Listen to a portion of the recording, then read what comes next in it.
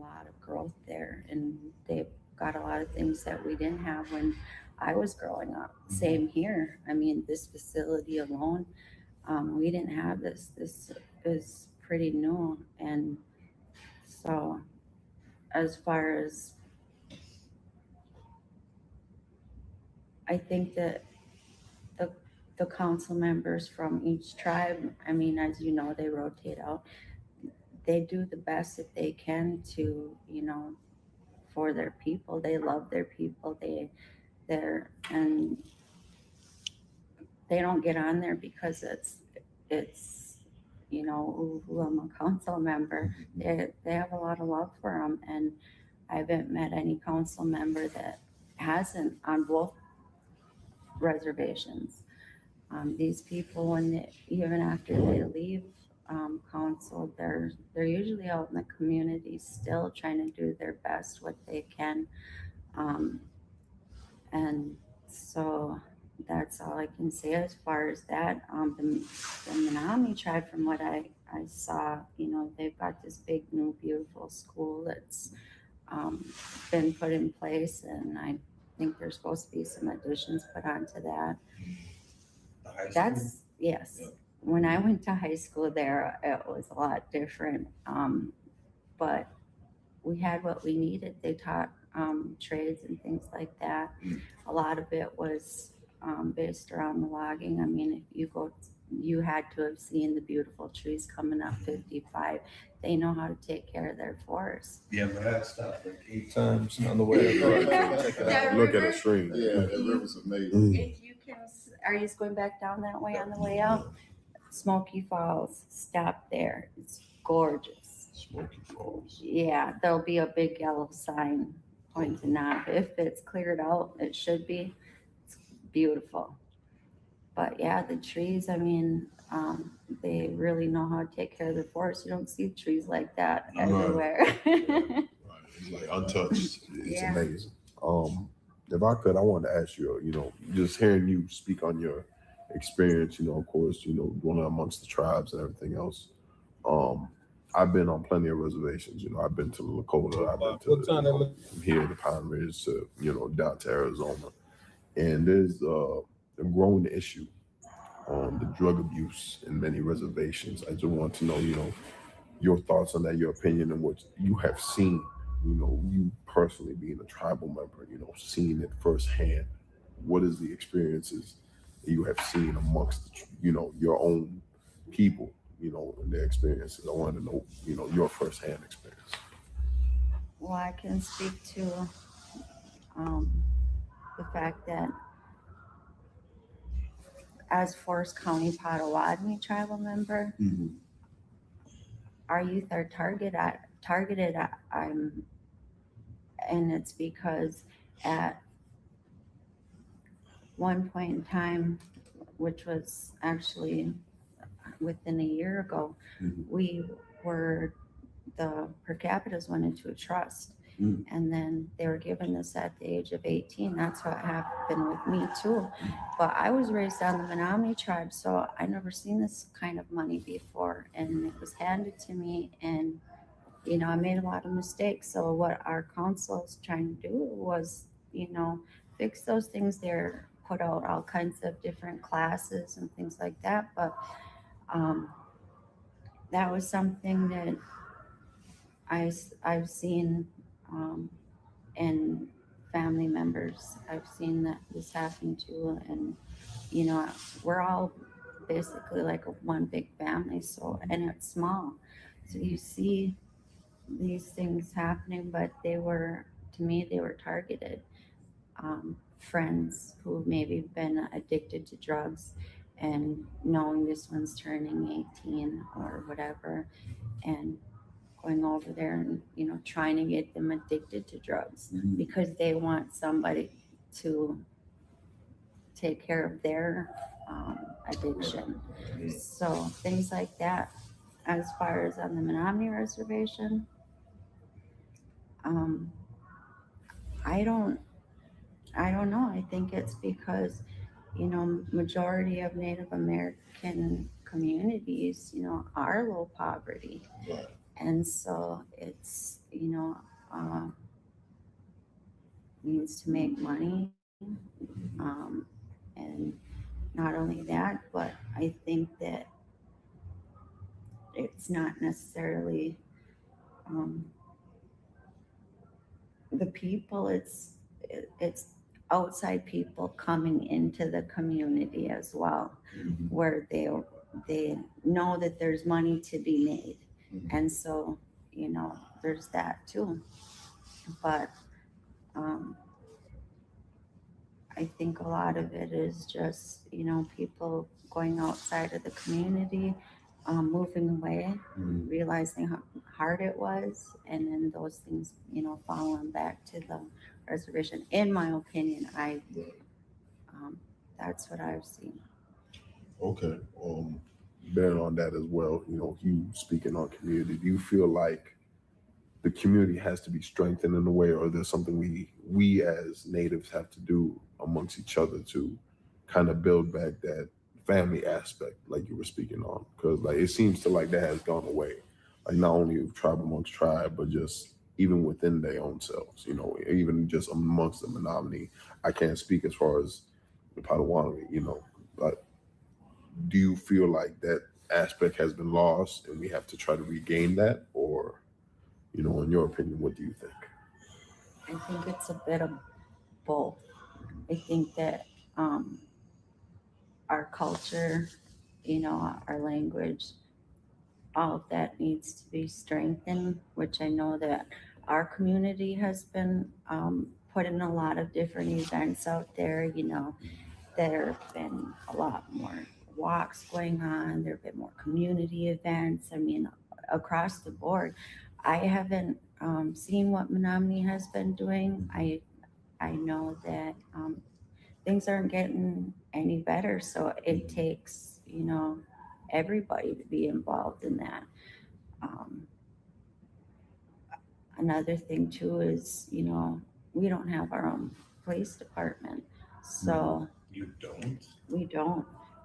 We're working on it.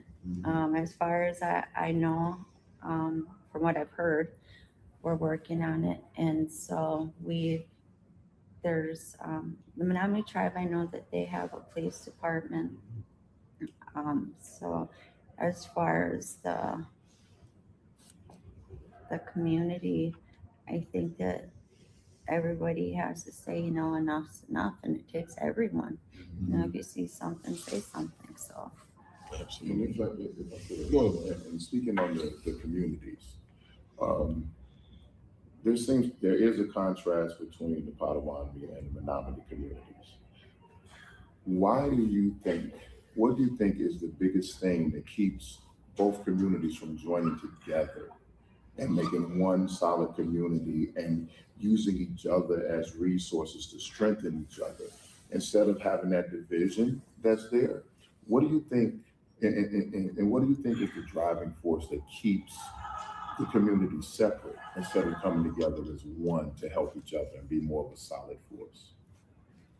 well, I don't think that there really is a division. I don't know if there's been any type of collaboration in the past with them, as far as the higher ups that can make this type of thing happen. But if somebody is reaching out, they need help. I know that as far as I've seen, our tribe does the best they can. We help out Mo Lake a lot, but I think that that's because how close they are. We're in the same county, so there's a lot of that happens. I don't know. I think that whenever somebody asks for help, that the tribe has done the best that I've seen. I don't know what's all come across the desks, but I want to ask you, as an Indigenous woman,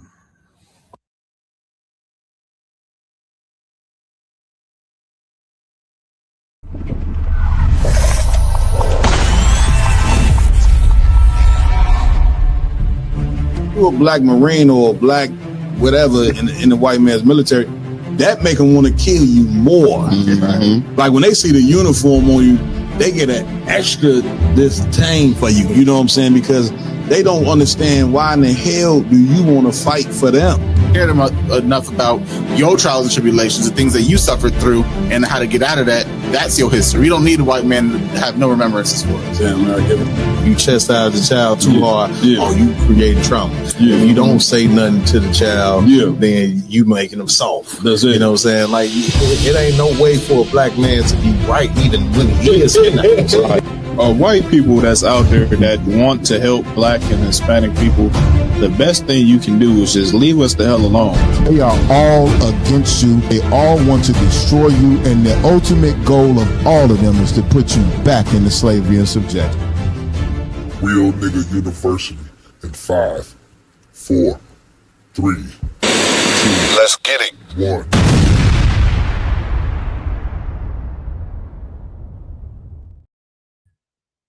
Man, let's get it. Here we go. We back for another one. Round Table of Truth. You know what I mean? About to get in like how y'all know we do it every Friday night. We like to start somewhere between 8 and 8:30. we working on it, Israel. We working hard to get off those TVs. Extra hard, but we go big extra. Before we get into the show, like always, we got to give it up, you understand, to the God of Blacks, Hispanics, and Native American Indians. All right, son. The nigga God, as we like to call him. We know a lot of people get offended when you say that, but we're here to offend. Last time we're here to offend people. That's what prophets of the Lord do. They don't always say things that's smooth and you know, that's soft to the ears. We say things, you know what I'm saying, to ruffle up feathers. You know what I'm saying? Right. We got to make it known that them 12 tribes, which are make up Blacks, Hispanics, and Native American Indians, we got our own God, man. Yeah, I'm right. Understand? So with that being said, we also got to give it up to our King, Yahushua Mashiach, whom the world ignorantly calls Jesus Christ. And in this school here, we follow the real Christ, you know what I'm saying? Not the one that's been taught in church. Right. And many different religions, every religion represented a different Christ. Right. You know what I'm saying? We speak the truth in Christ, like Paul said in Romans, the 9th chapter. All right. Also, we want to give it up to the man with the plan, none other than Commanding General Yohana. That's right. I have to give it up for the general for holding down this truth. And that's that. And with that, you know what I'm saying? I got to give it up to my host that rock it out with me every week. To my right, we got Officer Lamakiala in the building. To my left, we got Officer Yaradan in the building. Trying to get Yaradan, you know, rock this badass leather jacket he got on Israel. We at least gonna have to put it on camera. Man. Yaradan, he humble. He don't like to show off too much. He like to lay. He gonna make the fly and shit, but then still want to be humble and hide. I'm not that humble. God. I got my shit too. I just ain't, you know what I'm saying? With the time, I would wear it though. I would show off when I wear my shit. Y'all down there does not want to wear it, but nevertheless, I'm gonna put the camera on the joint at the end of the show. Looking like ice cream. Yeah, man. So big shout out to y'all down there and Officer Yada Tar. You know what I'm saying? Right, making these real universities. All the joints, if you ain't got one, man, you need to get you one. That's a fact. These joints here look better than remember the Averex back in the day? Yeah, God. What else? What other leather jackets? Pele.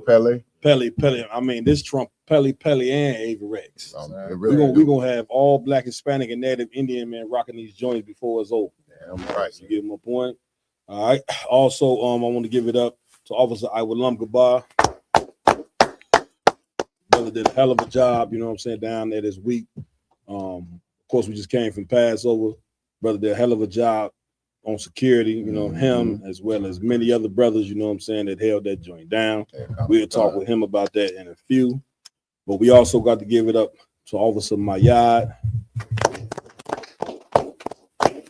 Brother came in here with some of this and Yeho tonight. When I see that at the beginning of the show, I know he want a good show. I know he just not want anything regular. We're gonna try to oblige. All right? got to give it up to the baddest technical team in the goddamn UPK. All the rest of you brothers in UPK, don't be offended by that statement. You understand? We all brothers. You understand? But I just got to give it up to my team. Officer Ramawan, get him a hand. Officer Raj Karab, get him a hand. And a new member, they didn't add a new member to the team. Right, You understand? right. Officer Rakam Yala, you understand? He knows a lot of fame, you know what I'm saying, in his media pop. I think he sees something down the Yellow Brick Road, you know what I'm saying? Maybe it's some tail, I don't know. You know that's what it Maybe, who knows? He said, if I get this face on camera. You understand? So with that, man, what's new? I can get me right on it. If I may, Please go ahead, y'all. we can't speak about anything right now until we talk about the Lord 57. Oh yeah. Come on, man. Give it up, yeah, man. yeah. Give it up. Set me right on this Passover, Lamont, please. First off, I gotta let everyone know when we say we ain't affiliated with any of these other type of nations, we talking real shit for real.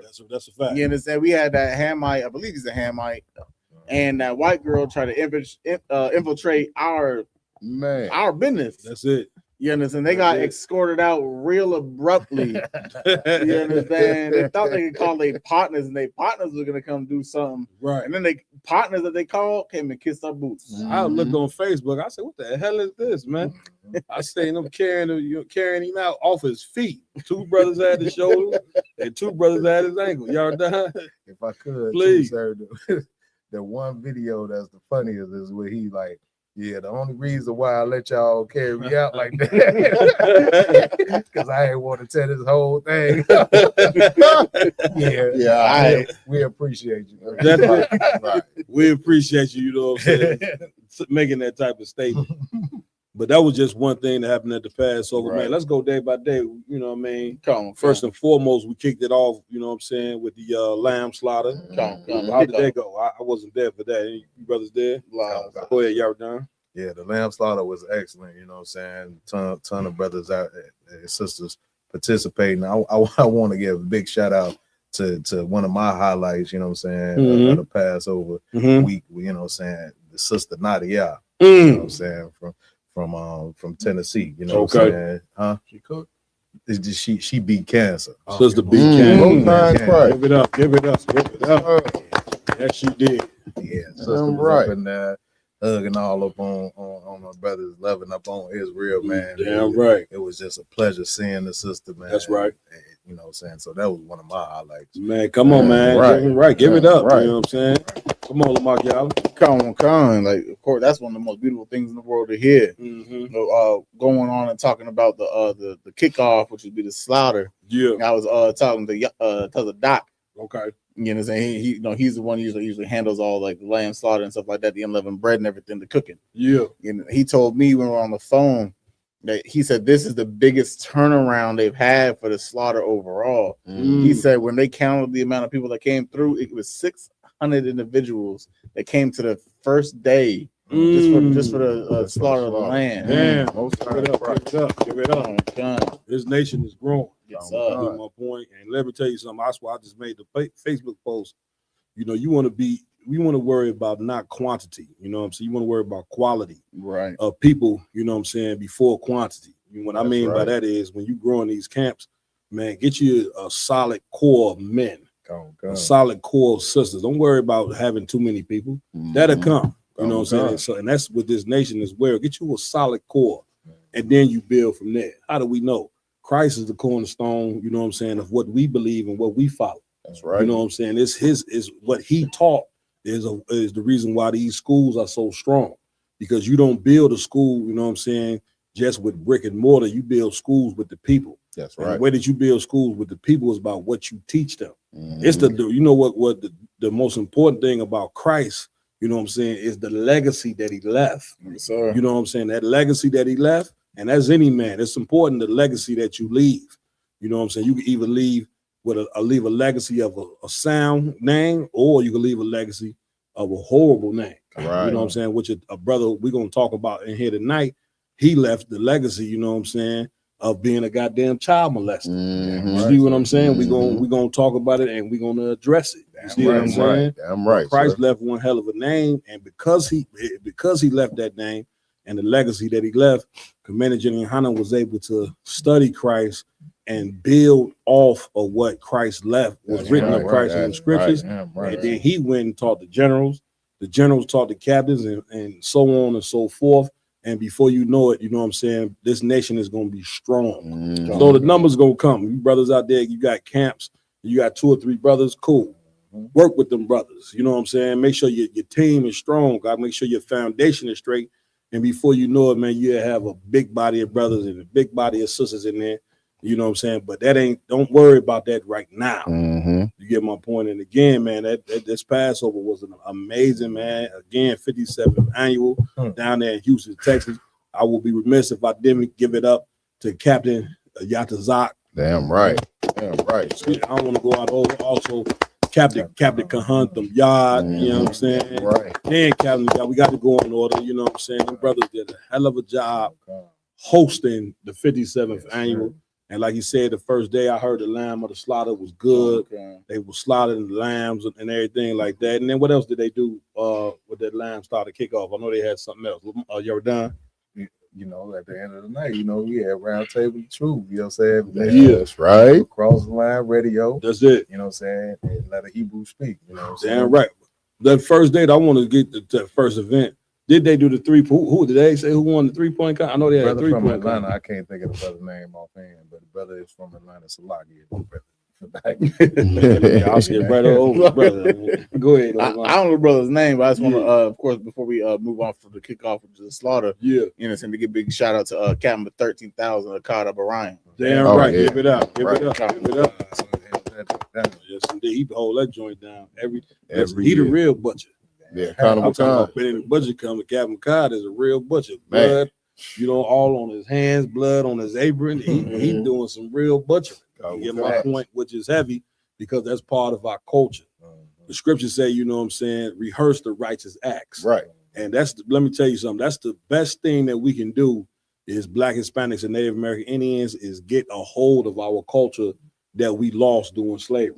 See, the slavery, you know what I'm saying, was definitely a horrible thing that happened to these 12 tribes, you know what I'm saying? But one of the key things that happened to us during that slavery was we lost our identity. Right. You know what I'm saying? And now the white man, he can take you and make you what he wants you to be. Right. This is the reason why it's so hard to pull your people away from the traditions that he started, like Christmas, Easter, Thanksgiving, and the different beliefs that we have. As a people, it all comes from our oppressor. You understand? When you weren't brought here in slavery, you know what I'm saying, to take on the culture of your oppressor, you know what I'm saying, and have the mind that he had. These people are sick-minded people. You see what I'm saying? So now that this slavery is coming to an end, the biggest piece of this slavery coming into the end is the truth growing. You know what I'm saying? And our people waking up to our identity. The only shoe that's going to fit Blacks, Hispanics, and Native American Indians is the one that come out of that Bible. Not the Christian church, because the Christian church don't teach the Bible. That's right. They trying to masquerade themselves as though they represent the Bible. But of course, the Israelites have proven that that's not true. So therefore, when you go into that Bible and pull out our culture, you're going to see that the culture that's in that Bible is the only thing that fit us. Damn right. So doing the lamb slaughter and everything that took place at the Passover was crucial. You know what I'm saying? Now, as far as Wednesday night, we had the podcast coming together. You know what I'm saying? Round Table Truth, Cross the Line, and Let a Hebrew Speak. You know what I'm saying? But I got to give it up for Gentleman Hyman. You know what I'm saying? He rocked it out. Did he? Right. You know what I'm saying? I got there a little late. Gentleman Hyman, he was already in full mode. I said, well, I might as well just pull up the seat and let him get down. You know what I'm saying? And he did a hell of a thing. Everybody else was saying something on that. You know what I'm saying? He did a Gentleman Hyman got busy, you know what I'm saying, doing the podcast that night, as well as Captain Tazariak and Captain Katazar get in my hand. You know what I'm saying? Officer Lamakiala, Officer Iwalam, and Officer Maya was able to get up there as well. The tech team, they ran that thing smooth. I think they had a slight issue, but they was able to fix that. And we got it on. Many topics, you know what I'm saying? It was of course, it was the first time we at the round table, at least we ever had an outdoor event. Mm-hmm. You know what I'm saying? I think it was really nice, of course, having like the crowd that we had because we were so deep when it came down to the entire school, it being outdoors and having like nature around, and then being able to experience a different type of element. You know, it's like preparing us to be more global on this earth. Damn right. You understand? Because of course the indoors we're gonna run out of locations. Look at the Passover. We always have to do outside because we're so large, right? And that's just gonna be something that's gonna come to us. In Chicago alone, at least for the round table, there's gonna be a point where we're gonna have to have outdoor venues and everything like that. So it was just like an event to see what's about to come to the future, man. And it's more into the spirit of what the Passover is about. Right. The Passover was about, you know what I'm saying, us leaving ancient Egypt. You ever heard the story of Moses and the Israelites? You know what I'm saying? Those people, you know what I'm saying, were you. You know what I'm saying? Like the descendants of the Moses and the Israelites, they didn't just disappear. They just lost their identity, which is us. Right. You know what I'm saying? And coming out of Egypt, you know what I'm saying, they had to travel through the wilderness 40 years. So coming out, you know, that's why it's called a Passover. When you put that blood over the post, it was to let that angel know that this is Israelites up in here. You know what I'm saying? And so the firstborn of your kid wouldn't die. So coming out of, you know what I'm saying, Egypt, you know what I'm saying, we had to leave in haste. Right. That's why we right now in the feast of unleavened bread, because they ain't have enough time to put flour in there to make the bed rise. Right. So us being outside, you know what I'm saying, or whatever the case may be, is more into spirit of what the Passover is about. That's right. You understand? That's like right. it ain't all like he was just saying, it ain't all about you being in the building, you know what I'm saying, with air conditioning. Everybody want to be comfortable. You know what I'm saying? But you want to be in a big building and with AC. Them brothers and sisters didn't have that option coming out of Egypt. Right. Man. They had to leave out in haste, which means some of them was walking. You know what I'm saying? Some of them was on horses and carts and whatever. You know what I'm saying? But we had to leave out of Egypt in order for us to have our own. And let me tell you something. That's why it's so important to hold on to your culture, because we about to experience that again. You know what I'm saying? For those of you who do not understand the Bible, this is what the Bible really teaches, that you Israelites that lost your identity, you're going to be carried out of America by Jesus Christ. That's what the whole second coming of Christ about. It ain't about nothing else but him coming to destroy America, put white people in slavery. That's why you think it's called Judgment Day. That means when Christ coming, he's judging somebody. Now, who is he judging? He's judging the nation that have destroyed these 12 tribes. Not that Christian. I know your preacher ain't teaching you that, because your preacher, he understands the Bible like he understands Chinese arithmetic. You know what I'm saying? So therefore, he don't have a clue what the hell that Bible was really teaching. Right, but this is what Judgment Day is about. Now, in that process, man, you know what I'm saying, coming out of America, it's gonna be rough. Because you know the roughest thing about it is the whole brainwashing that we can't live without white people. That part. You see what I'm saying? Like we've been in America for so long, even though we didn't invent everything in this joint, we still have the whole slave mentality that we wouldn't be able to survive without white people. When that is far is from the truth. We would be able to do it. Blacks, Hispanics, and Native American Indians, we got enough talent, and most importantly, the Most High is going to be with us to guide us, man. You know what I'm saying? That's why you see the Third World War. We in some very serious times. You know what I'm saying? Like gas prices rising, which means everything gonna rise. Food prices, rent prices. We about to experience some rough times. Now, in the process of experiencing them rough times, the best thing that you're gonna need is brothers who can guide you through these rough times. That's right. And that's what Commander General Yohana and ISUPK is for. If you never heard of us, man, it's good that you just now tuning in, because we are the certified prophets of the Lord. And one thing about it, we don't care if you believe us or not.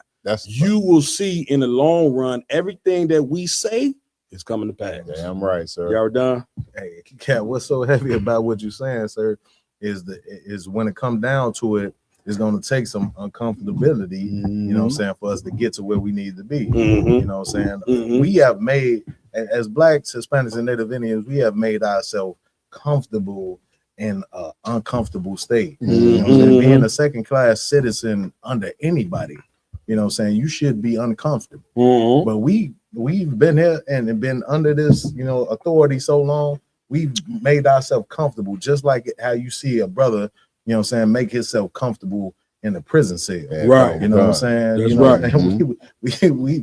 we made ourselves comfortable in this place. But we got to understand we have to come to uncomfortability, you know what I'm saying, to rise to what we need to do as a people. Damn right. Get a brother a hand on that. Go ahead, Mike. Hey, Captain, if I could, and like you were saying about being uncomfortable with the Passover, you know what I mean? Now, think about when the spirit of death. What's up, Trooper? Lord Christ, huh? Go ahead and turn that chair all the way around, man. You can face it. You know, get comfortable, man. Somebody pour that nigga a drink. You know what I'm saying? Let him get nice and warm up in this joint. Go ahead, my y'all. Hey, what Saki said, when the angel of death passed over us, you know what I'm saying? When we was in Egypt, everybody must forget. You know what I'm saying? We were in hardcore slavery back then. That's it. You know what I'm saying? We weren't just citizens of Egypt, living there and just got tired of living there because we couldn't express ourselves. Right. You know what I'm saying? Right. They had increased our burden. That's you know what I'm saying? Not only we was in hardcore slavery, they said the slavery wasn't hard enough and increased our burden. So like, I think brothers and sisters picture like we was living in little mini condos or something. You know what I'm saying? Right. Like you said, okay, it wasn't no AC. It wasn't no room service. It wasn't no concierge service. You wasn't in a 5-star restaurant or in some strip club like some of these fake Israelites groups be. You know what I'm saying? We was in hardcore. We was in the midst of poverty. That's it. In hardcore slavery. Damn right. When the Lord took us up out of there. Damn right. You know what I'm saying? And we left in a hurry because there was a whole goddamn powerful army breathing down our necks, trying to commit genocide on our people. Man, come on, man. Give it up. You know what I mean? So moving right along, you know what I'm saying? What else do we have down there at Passover? Thursday we had the kids party. Big up, you know what I'm saying? Big up to my Red Banashira. Right, you know what I'm saying? right. She been putting that thing together, you know what I'm saying, for some years. And that's just the example, you know what I'm saying, of when you put a sister in the right spirit, you know what I'm saying? The kids are very important. Right. See what I'm saying? So her doing the kids party, doing the week of the Passover week, as we like to call it. And that means them kids gonna be able to walk away remembering. Right. You know what I'm saying? Not just kids, you know what I'm saying? From what I heard, some of you adults as well. You know what I'm saying? You thought it was in your best interest to get your big ass on the slide down. Putting your damn job at risk. Got to go to work with a twisted ankle and all that shit. Lord be with you. I ain't getting on none of that. But from what the sister told me, you know what I'm saying, the children's party was a success as well. Then what else we had, Mark? Jeremiah Hyman scripture breakdown class. Oh yeah, give it up. You know what I'm saying? See me one more time on that thing. Break it down. Come on, if I may, you know, Jeremiah Hyman, he's one of the most eloquent scripture breakdown class teachers in the nation. And it was we were outside and there's a little bit of rain, all the good stuff. And it was beautiful. Damn right. Jeremiah Hyman, the one thing that we found out this weekend is the rain is not going to stop us from being priests of the Lord. Damn right. Yeah, thunderstorms, rain, lightning, it's irrelevant. You understand? The work of the Lord doesn't stop for no weather, no nothing. We're going to handle what we got to handle, especially when it's in an event that's commanded by the Lord. Damn right. I will on. Please. One thing I took away from that class, General Hyman class, is that we raising our children in the right spirit. That's it. It was like 25 kids came up there with questions. They wanted some money. But they had some good questions. Damn right. They've been raised correctly. Right. I ain't gonna lie. I'm one of them brothers that be seeing all them kids come up. And I get a little frustrated, like, all right, now y'all sit y'all little ass down so we can get on to this. You know what I'm saying? Enough kids, you might as well come into the line. I know, right? You know but like y'all saying, they so in the right spirit, and our children, man, are so important. The children are more important than you and I, because they gonna carry on our legacy when we no longer here. You know what I'm saying? And listen, it's important too. I'm coming to the yard down. It's important to our children because guess what? We teaching them this culture. And it's damn sure better than the culture that they being taught in America. The only thing that America teaches our children how to be, they teach our daughters how to be whores and teach our sons, you know what I'm saying, how to be criminals. You know what I'm saying, how to be unalivers. And that's why you see now because of lack of leadership, now they calling our young men YNs. Right. You see what I'm saying? And now a young boy feel as though that's his obligation to be a YN. Right. So he putting on the mask now, and again, he goes out and commit crime and don't understand the repercussions that come with it. You know what I'm saying? You thinking life is not a video game, young man.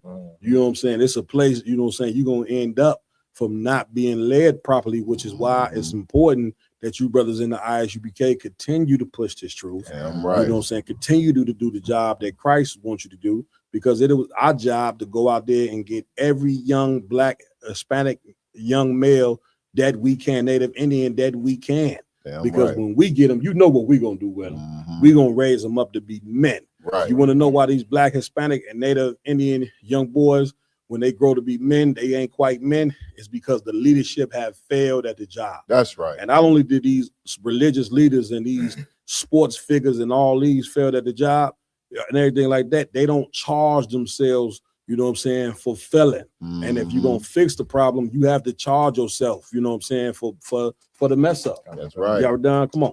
Hey, yeah, but what's so heavy about what you're saying, sir, is the fact that these kids actually came down and had the opportunity to be kids. You know what I'm saying? They like you said, they had the children's party. They had something for them.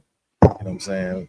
If you look in our communities, you know what I'm saying, we are not building anything for these kids. Like if you look in the ghettos and the barrios and the reservations, it's nothing set up for the kids anymore. That's you it. You don't have the programs that you used to have, you know what I'm saying, different things like that, parks and different things like that. That's you it. know what I'm saying, in the ghetto. Yeah. You know what I'm saying? Like That's you have it. them in the outskirts and the suburbs and stuff like that. That's But, it. Esau and they kids, Yeah. they want those proper things for their kids, but we don't have these things going on in the ghetto. So that's why you have a young boy that wants to be the YN that's gonna shoot up the neighborhood, that's gonna sell the drugs in the neighborhood. Damn right. Smoking weed and drinking, you know what I'm saying, by the age of 12. There you know you go. what I'm saying? You That's have it. those situations because you don't have opportunities for the kids to just be kids. Man, come on, man. Come on, man. Listen, one quick sister Naraba Nam, she said, I definitely had a heart attack on the on the slide. On the damn slide. Sis, why you do that to yourself? You know what I mean? I'm just messing with you, sis. You know what I'm saying? Look, y'all better than me. I wasn't getting on nothing. Go ahead, bro. If I made it Yardan's point, like why we do what we do for the children is to let them, be children, be guided up in the right way. But in the Christian church, the only thing the Christian church gives them is being assaulted. And they don't, they're forced to grow up at a young age and taking care of a drug abusing parent or whatever the case may be. They don't get the opportunity to live the adolescent life that they deserve to live. Damn right. You understand? But the UPK, like we always say, is a safe haven. You understand? For all Blacks, Hispanics, and Native Indians at any age that exists. Damn right. You understand? So like I'm saying, if you want to save him for your kids, you can't go to the church. You can't go to the mosque. You can't go to any of these other religions because they don't have a true safe haven for their people, let alone the adolescents. Damn right. Damn right. Give it up. Give it up. Yeah. Hey, Kamakan, so and what makes the ISUPK so special and so dangerous to this empire? Come on. You know what I mean? Is the fact that we are instilling morals and values into these children. Exactly. We're giving them their identity. Yeah. Something that every man at this table, every man in this room, every brother and sister listening to this podcast did not have when we were growing up. Come on. We didn't grow up knowing we were the greatest people ever lived. We didn't grow up knowing that we descended from the same bloodline and the same tribe as Jesus Christ, the greatest man that ever lived. Damn right. We didn't know God chose us over everybody. Right. You know what I'm saying? So our kids now, from a young age, are growing up knowing that they're special, knowing that they're different, knowing that they don't belong in this world that hates them, knowing the world hates them and they don't belong in this world, that they're going to be better and rule the world one day. Damn right. You know what I mean? Right. So that gives them a sense of empowerment. Everybody talking about empower. That's right. And the thing that's going to empower you the most is the thing that every nation has over us, is knowing our history, knowing our ancestry, and knowing our true greatness and position on this planet. Man, give it up, give it up, give it up, give it up. You know what I'm saying? So what else was next on that list for Passover? I know Friday morning, that was more of a specific thing. Brothers went out and did like a day party. Yeah, I believe There was nothing Brother like Day situated or planned or whatever the case may be. But I know later on that evening we had the all black party back at the B&A Grand. Give it up, give it up, give it up, give it up. Hey. You know what I'm saying? All black party was off the chain. Few people decided not to come in all black, but that part I don't understand. You know what I'm saying? Right. Some people just don't like following the rules. When I seen the people who wasn't in all black, I said, I mean, it's one thing to just have on something black, but they came in just all white. Or I'm looking like this is a kid that got sent to the office. Like it's something in us that say, I'm just gonna go in here and not obey none of the rules. Right. You ever see somebody that come work a job and they just ain't following nothing that's on the damn wall? You know what I'm saying? As far as the rules, they come in here and do. Why did you come here to work? Man, I think medication to help you. I'm only joking, you know what I'm saying? But of course, the all black party, man, that joint was off the chain. Damn good time. Oh, kind. Music that was played, you know what I'm saying? Again, this brotherhood right here is it didn't matter how much rain was out there. It didn't matter that it was mud or whatever, because the true sun is being able to sit and have a conversation, with different brothers and sisters from across the country that you normally only see on social media. You only see certain brothers and sisters on Instagram and Facebook, but to be able to sit and have a conversation or that, man, it's next to none. You ever done? Kind of concert, and if I could, too, please, I would be remiss, man, not to big up, you know what I'm saying, all my babysitters, man, that volunteered. Oh man, get them a hand. Come on, man. If I could, please, just want to give all the brothers that held Shamar for me, you know what I'm saying, the water, you know what I'm saying, all my babysitters, they did an excellent job with all these kids. You know, Israel got some bad kids. So, you know what I'm saying, my babysitters, they held them down, you know what I'm saying, while their parents went out and had a good time at that black party. I just wanted to big all of them up, you know what I'm saying. I appreciate y'all. Damn, you know what right. In general, you know what I'm saying, took care of them. You know Damn right. Well, give it up, man. Listen, they lucky I ain't in charge of the babysitting, because I'd have walked right in the IG with a belt right over the top of my shoulder. And I would grab the microphone and say, turn down that music right quick. And I would say, any of you kids act bad, your parents have given you the authority to whip your ass. You know what I'm saying? So now, with that being said, go ahead and turn the music on. Have a great time. Okay. Listen, the brother, you understand, Yusuf, the Ak, he said, Salak, if I may, Captain, and my Adawanium, this was my first Passover, and I never seen so much unity and love. Damn. I knew I was in the right place, and I definitely say ISUBK is the home of the truth. Damn right. All right. What was next? Come on. Next up is the day of all days, the Lord's 57th annual Passover that Saturday. Oh man, somebody get me right on that Passover. IG. Yeah, man, Cap, this is my favorite Passover. Just because it was like the Lord tested us. Damn right. Wanted to see who was going to complain about some fucking rain. That's it. It's little crickets or something on you. Come on, man. A little fly or something. Yeah. And what the generals, I felt, put up the standard. That's it. They was out there in the rain.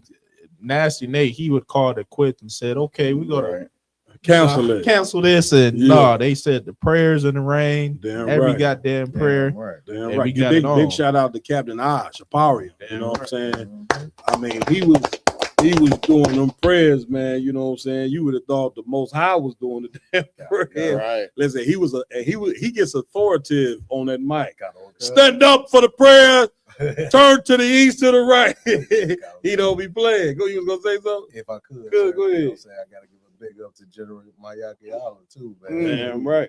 Damn right. He was out there rocking. Damn right. Give it up. Damn right. You know what I'm saying? Like, again, it was raining pretty much the whole time for the Passover, but you would have never knew it. You know what I'm saying? We did not let that stop us. And it's so in the spirit of what the Passover is all about. Our forefathers did not come out of ancient Egypt in a comfortable situation. And guess what? Coming out of America, brothers and sisters, unfortunately, is not going to be a comfortable situation. You know what I'm saying? You're going to go through some rough things, man. Food shortages. You know what I'm saying? people, these white supremacist groups. You know what I'm saying? All type of stuff you're gonna run into. But the one thing that's gonna help you make it through is the brotherhood and the sisterhood. That's right. This is what the Lord wants you to rely on your people, man. That's why it's a nation. You wasn't born to be an individual.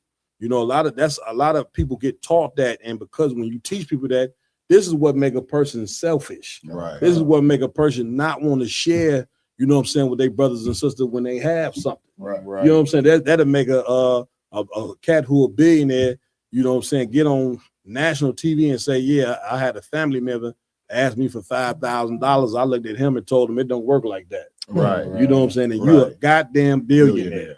Man, if I had $1 billion, man, I'm showing up to family functions, man, passing out checks. Right. Right. You know, now hopefully they do the right thing with it, you know what I'm saying? But I ain't finna be sitting here and gotta coach them, you know what I'm saying? We didn't grew up in hell and poverty, man. You gotta hell, nigga, if you had 500 million, what are you even talking about? Right. This place teaches you to be selfish as hell. But the truth, it teaches you to rely on each other. That's and right. we gonna need each other to come up out of this. This is why the Most High said in Zephaniah 9:21, y'all know my favorite scripture. Gather yourself together, old nation, not desired. I'm right. Mark y'all. My maid talking about a nation doing their own thing and making sure we good together. Is that we always got to give a shout out to the troopers and those young men that were running back and forth from the actual like the cooking area all the way down to the field of bringing the lamb, the unleavened bread, the waters, the drinks in that rain and all black. Damn right. You know, and making sure that everyone at the venue was Tawab. Damn right. And then we got to go and show out to all the brothers out there looking fly as shit in their garment. You understand? Wearing that glorious warlike apparel as we were commanded to do so. Damn right. The sisters looking great. You understand? Man, doing their thing. While you brought up them young men, the Yes, troop, I'm gonna pass it back to you. Come.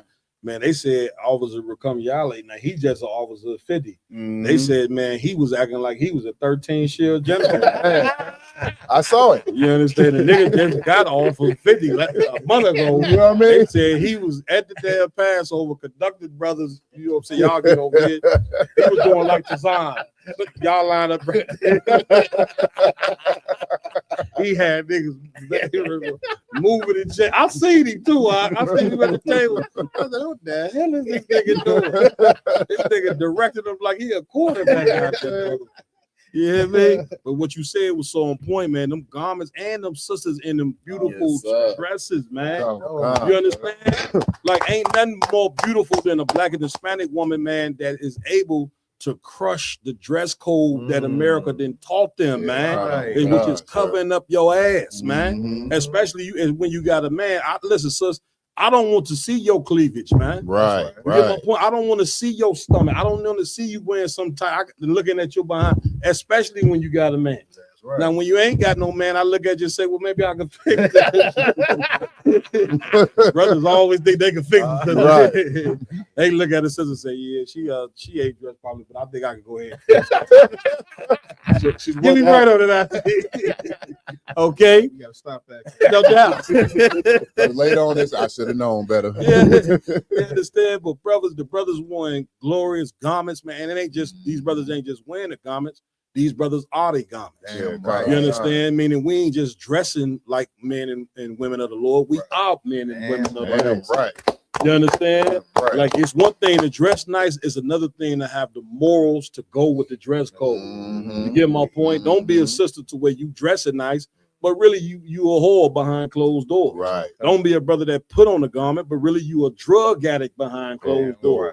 Right. When you ain't around us, you going back home smoking weed. Right. You know what I'm saying? You going back home selling drugs. Right. Because you imagine that being a prison officer in here and you selling crack on the side. Now, what in the hell you think you're doing, man? The Lord is gonna kill your behind for that, man. You understand? So I want them to pass it back to Lamar. If I may, this is end it off.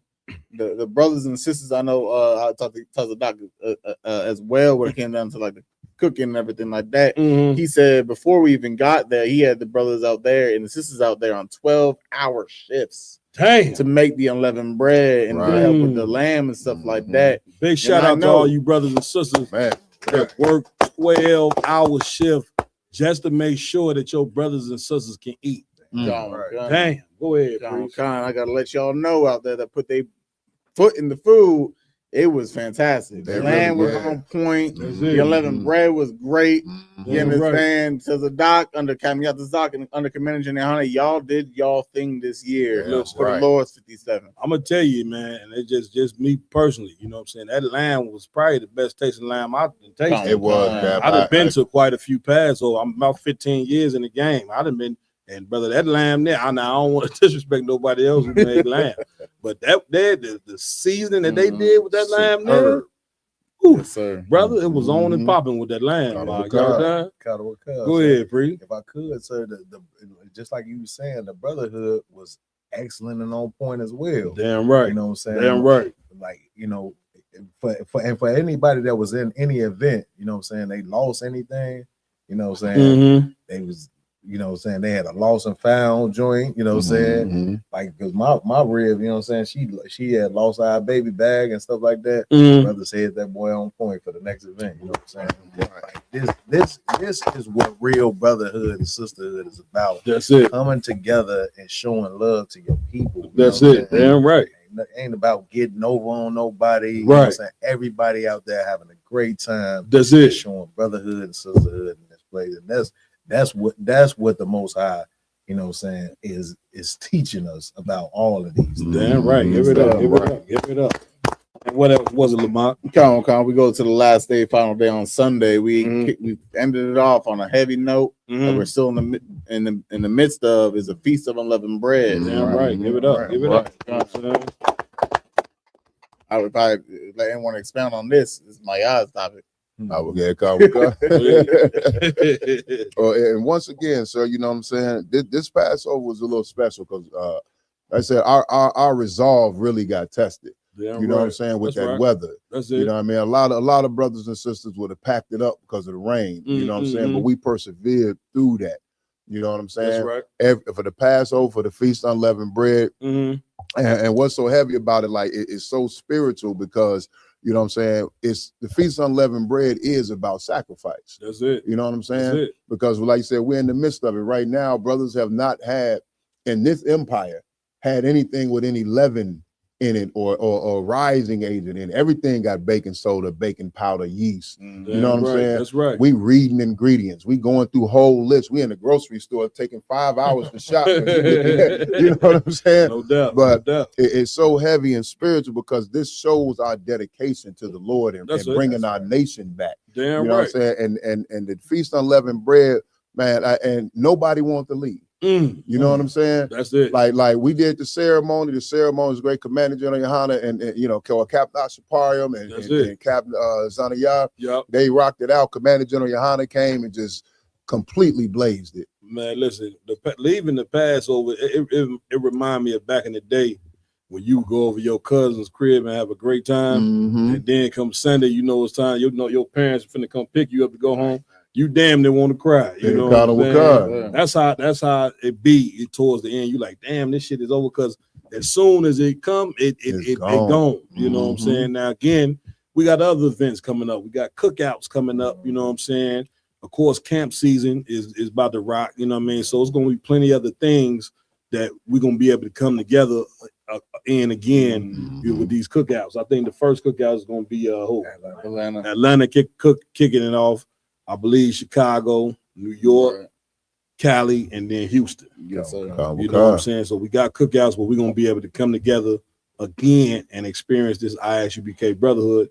And just to close it out as far as the Passover, if you did not attend the ISUBK 57 annual Passover, you did not have a Passover. That's a fact. You these fake Israelite groups, you know what I'm saying? The Lord did not acknowledge that. The only thing that you had was a nice dinner.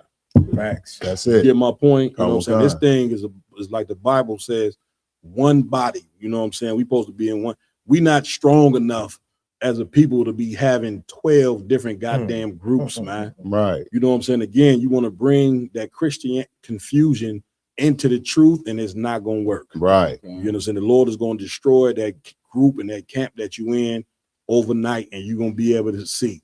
You know what I'm saying? That it's only one place. I belong. Right, Cap, just one thing to that point. I like the gall that you gotta have to think that you're a better leader than Commander Adriana. Right. You can't even clean the shoes of General Muhammad. Damn right. Him. That's but it. You think you're a better leader than Commander Adriana? Damn right. It's just insane to me. Damn right. Pride, that's a listen, man, fact. pride is a strong demon. Damn right. You know what I'm saying? If you want, in order to come into the truth, I'm paraphrasing.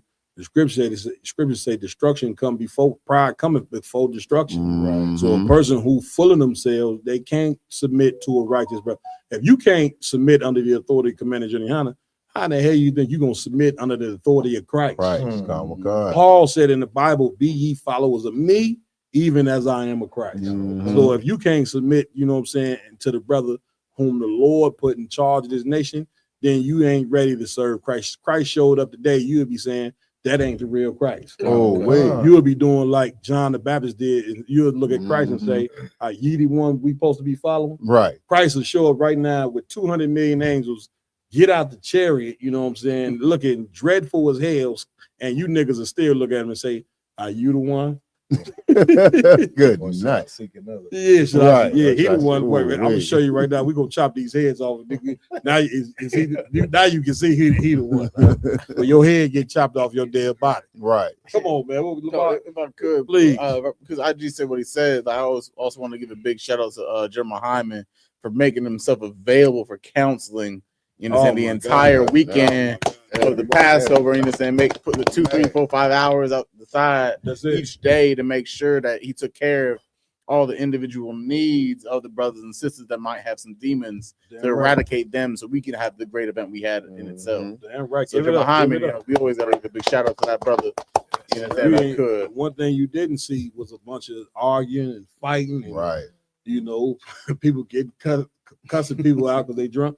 Man, you didn't see none of that.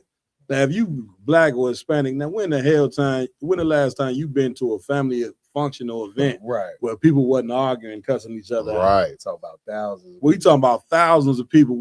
I ain't seen not one argument, one disagreement, no nothing. If it was kept behind closed doors like it was supposed to be.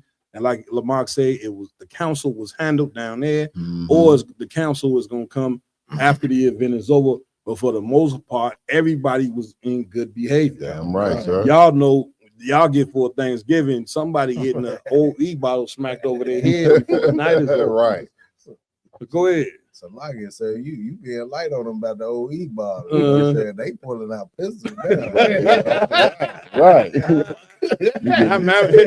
Shot over there. So in other words, you saying family members are gonna put a bullet in your ass.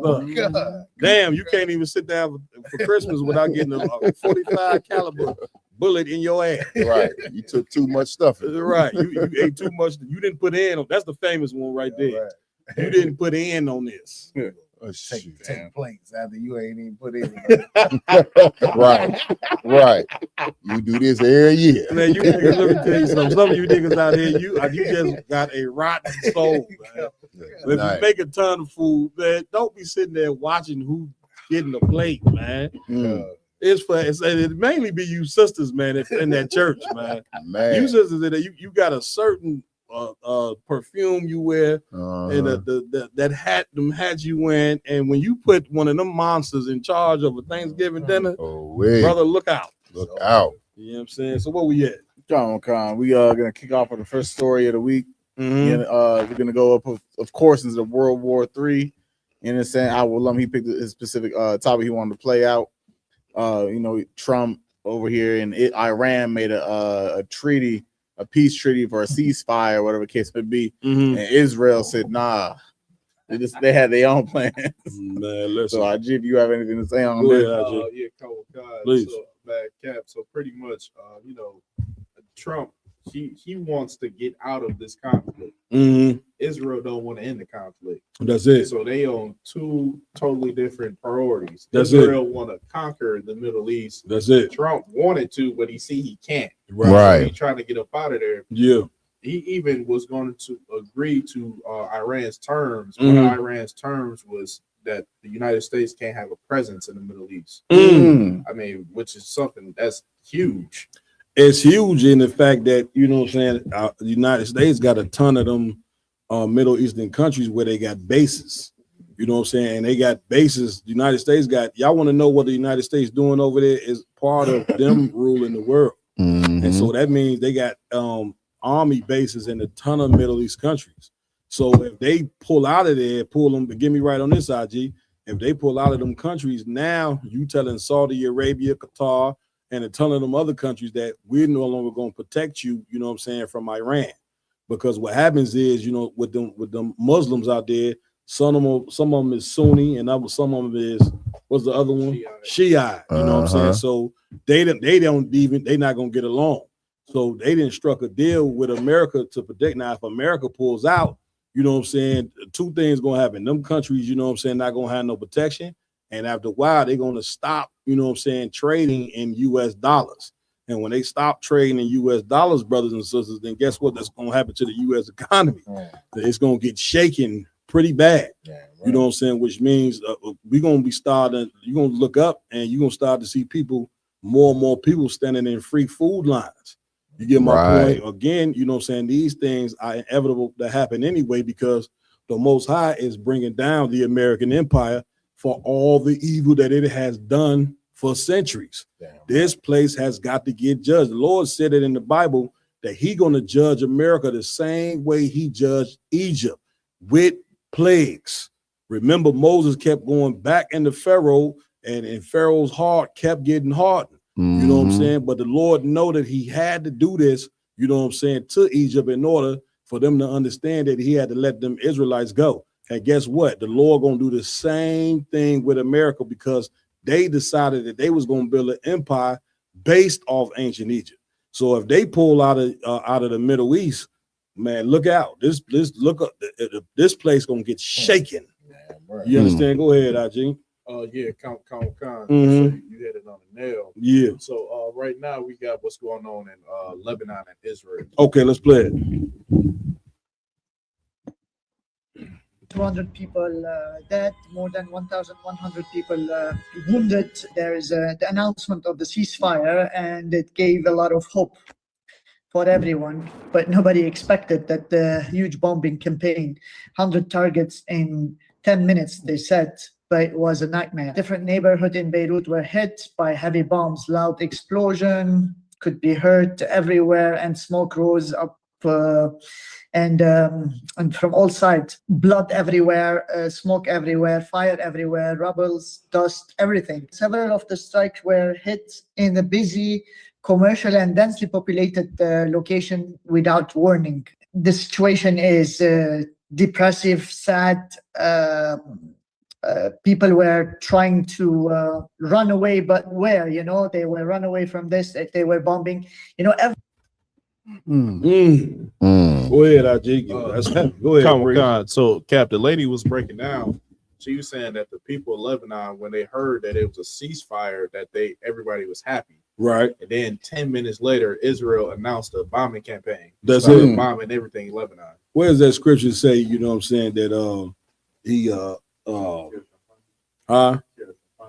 no, where he said he break on even his own covenants or something like that. Y'all know what I'm talking about? Come. See if you can find that one for me. Go ahead, Lamar. If I may, like, we talking about Israel, like the so-called chosen people of God on earth right now. Like the people that everyone reverences, and they can't say anything anti-Semitic about because they're so reverenced for being God's holy people, but they're committing murder. This is murder. Innocent. They had an opportunity to stop having any type of violence, whatever the case may be, but they're bombing innocent civilians. Yeah, that was a random residential area. It wasn't like it was an attack on a war site. That's it, or anything of that source. That's it. They decided to bomb a peaceful residential area that was, like IG said, happy and glorifying the fact that there's not going to be any more warfare in their location. But this is the people that we're saying is special. Right. This is supposed to be God's chosen people of now. That's it. Why are they indiscriminately murdering innocent civilians? That's it. Wonder why? Because they're not God's chosen people. They're the murderers and the deceivers of the earth that we have, that Satan has turned into the chosen people in the people's eyes.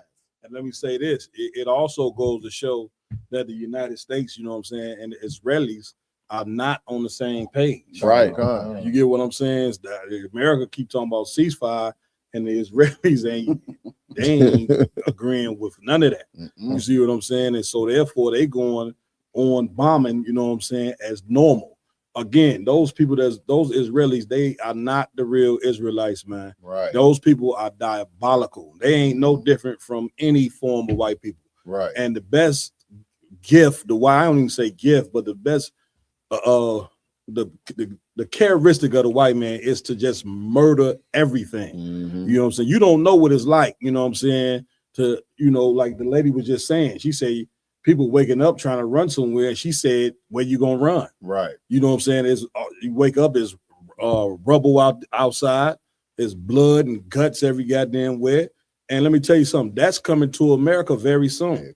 Biblical prophecy is that it's going to start in the Middle East, but that is going to be the reality of this place. Once again, everybody's going to find out that the Most High ain't nothing to play with, man.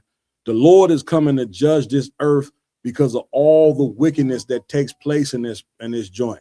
Slavery, you understand? Homosexuality, being drug addicts, you know what I'm saying? Thievery. You wiped out the culture of them 12 tribes. The earth has got to pay for that, man. That's right. You know, even though the Africans, they went and tried to make a case you can't go make a case to the United Nations about what didn't happen to these 12 tribes. Right. They not the Most High. Ain't nobody have enough power and strength to judge America for everything that they done done. You know what I'm saying? God, you got to go to the Most High for that. And therefore, the Lord is putting his spirit on these nations to go to war with each other.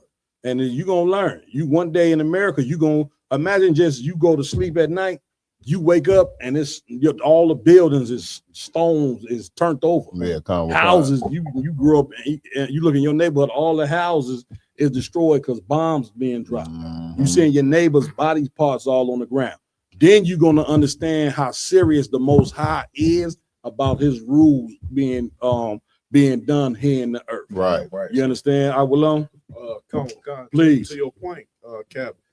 I think like Israel, they don't care about what America wants because they doing the same thing America did. That's it. They under like the Manifest Destiny Act. So they exterminated Palestine in the south. Now they moving in the north to Lebanon and trying to take over that area. So they like, man, y'all did the same. Shut up, man. Let's take this over, man. Look at IG in hand. You know what I'm saying?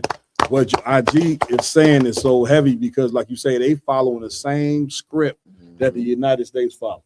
In order to establish America, what did the United States have to do? They had to take this land from the Native Indians, man, and they slaughtered the Native Indians to the tune of 77 million. You might as well say 80 million Native American Indians. They slaughtered in order to take this land. That wasn't enough. Then they killed 100 million of you Negroes and you Benjamites, you know what I'm saying, bringing us over here in slavery. 100 million of us died just getting over here. Right. You see what I'm saying, in slavery. You understand? And so the Israelis, like IG saying, they following that same script. They saying, listen, you built your empire through bloodshed. We're going to build ours through bloodshed. Yep. We're going to do the same thing. Who are you to now try to charge us for like America is, they got the right to be the moral judge. Right. All of them crimes that the United States have done over this earth, you know what I'm saying? They now trying to be a moral judge. You ever done? Hey, Cat, what's so heavy? Please. When you just said that, sir, it just ring in my head what our parents would tell us. You know what I'm saying? Do as I do, not what I say. You know what I'm saying? Like, you know what I'm saying? Like you want somebody to follow you with a moral authority that you give them. That's it. But you don't want to follow that same moral authority. No doubt. No doubt. And listen, and because you know what I'm saying, America, you know what I'm saying, have joined themselves to the Israeli, now, you know what I'm saying, America is in a position in this war where it don't look like they can lead this Middle East. Either because if they do, they're gonna take a hit some way, in some form of fashion.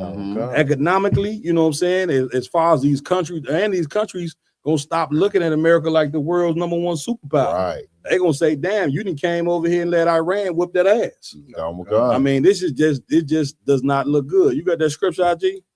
Give me the one. I need the one where it says but it was war in his heart. Carnival Con. That's the one I need. Carnival right Con. there, you know what I'm Words are saying? smoother than butter. Words are smoother than butter. Mhm. 55 and 21. Yeah, you give me that. You know what I'm saying? Again, the Lord, you know what I'm saying, can describe this white man better than anybody because he created him. You want to understand the white man, you know what you got, where you got to go? You got to go inside these scriptures for that. Lord gonna give you, you know what I'm saying, his description to a T.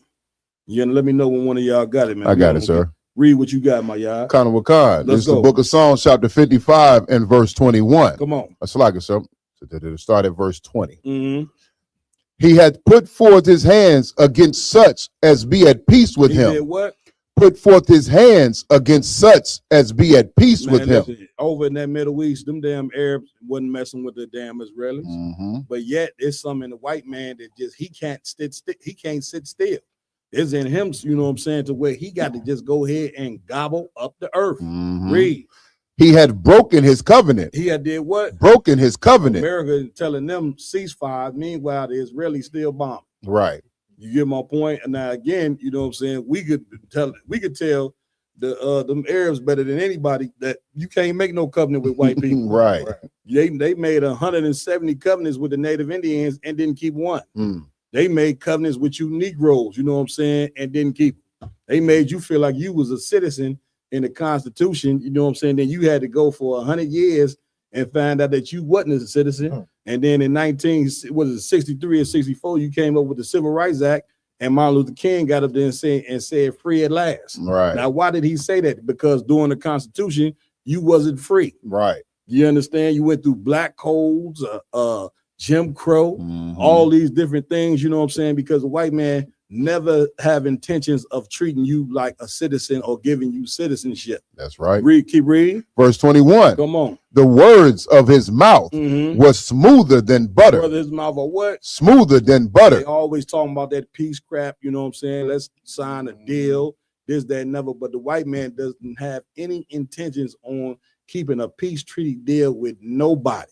Right. He is an animal, man, and the animal that he is he gonna gobble up the earth. The white man is more vicious than a lion, tiger, and bear. That's right. A lion, tiger, and bear, they eat and get satisfied. Right. You see a lion, they eat a meal, they lay over on their damn back, and they done, you know what I'm saying, for the day. The white man, he just gobble, gobble, gobble, gobble until he can't get enough. And this is part of the reason why Christ has to come and intervene. Because the scriptures say, have Christ not come, I'm paraphrasing, there wouldn't be any flesh to save. Damn right. You understand? Because these people are programmed to just kill. White people have to be put under the authority of the chosen people. You understand? Who are the chosen people? Blacks, Hispanics, and Native American Indians. You are the only people that are capable of running the earth because you don't wake up, you know what I'm saying, every day with murder on your damn mind. And if you are waking up every day with murder on your mind, it's because you've been following the white man for far too long. Right. And he didn't transform your mind to try to be like him. But naturally, that is not who you are. Any man on that? Come on. Read. But war was in his heart. The war was what? In his heart. You see that? You see it? They tell you peace, peace, peace, peace, peace. But really, war. They told the Native American Indians peace and thank you, you know what I'm saying, for teaching us how to make it through the winter here in America. And then they put smallpox in their blankets. Right. You get my point? All that black people done here in America, and yet you still, you know what I'm saying, get treated like a second-class citizen, man. Right. That's who this man is. Do we got to go another 100 years until we figure out that these people are not going to change? Right. Hell no, we ain't got it. Because it's some of us that is intelligent. It's some of us, you know what I'm saying, that are receiving the Holy Spirit. To receive the Holy Spirit is not what they teach you in church, to get up there babbling and dancing all over that horrible dancing that you do. You look horrible, man. Right. I don't even know what type of dancing that is. You really is. I'm coming to you, Lamar. It's demon-fied dancing, man. Right. You go to that church, man. That's a damn demon on them. To receive the Holy Spirit means you get the understanding of the truth. Right. Get the understanding the condition of America. Get the understanding your nationality and your purpose in the earth. Black, Hispanic, and Native Indian, man, you got a purpose in the earth, and it ain't to be a part of this empire. Lamar, come on, if I may, please. Why you so heavy? You talking about like the so-called white man and his so-called peace that he gave the Native Indians. Like they gave the Native Indians 178 peace treaties. You know what I'm saying? All the way from 1492. And we talking about Christopher Columbus The final peace treaty that they actually broke. Yeah. They broke every single one of them, all 178 of them. That's it. The final one they broke was about 9 years ago when they started putting like the flood lines in a certain area. Out of all those, that means from 1492 to about 2016, maybe 2019, they broke every single one slowly but surely. You understand? But at the same time, we still believe this is the people that can save us. Right. Like Lamentation says, we keep seeking for a nation that cannot save us. That's it. This is a nation that is not going to save us. Damn right. Not that they can't, they will not. Right. They over there in that Middle East, man, not bombing, you know what I'm saying, strategic war sites. They over there bombing civilians. Yeah, right? That's like so much to who the white man is, the devil that the Bible speaks. That's right. Any more we done, IJ? Where we going next? Come on. So, secondly, we got going on. We're gonna go over the so-called godfather of hip hop, African Bambaataa. He passed away at the age of 67 recently. So we're gonna play a video of that. If anyone has anything to say, please. Plenty. Bambaataa. So, the godfather of hip hop, African Bambaataa, passes away today at the age of 67. Outside of being known as the leader of the Zulu nation and his contribution to hip hop, African Bambaataa was also known for being a pedophile. It's been alleged that he used to make young boys, little boys, ages 15 and under, give him oral sex. It's also been alleged that he didn't want to make them bleed, so he wouldn't penetrate their anal. So what he would do is make them close their legs really tight, grease up their thighs, and put his penis between their thighs until he ejaculated. We're getting a little too deep into it. Let me get this right. African Bambaataa was an actual Hamite, right? Or was he one of us? Florida. So African Bambaataa, I believe, I don't know for sure. Speculation. You know what I'm saying? But I believe he was just a Judite that believed in being African customs. He came up under, Malachi Z. York.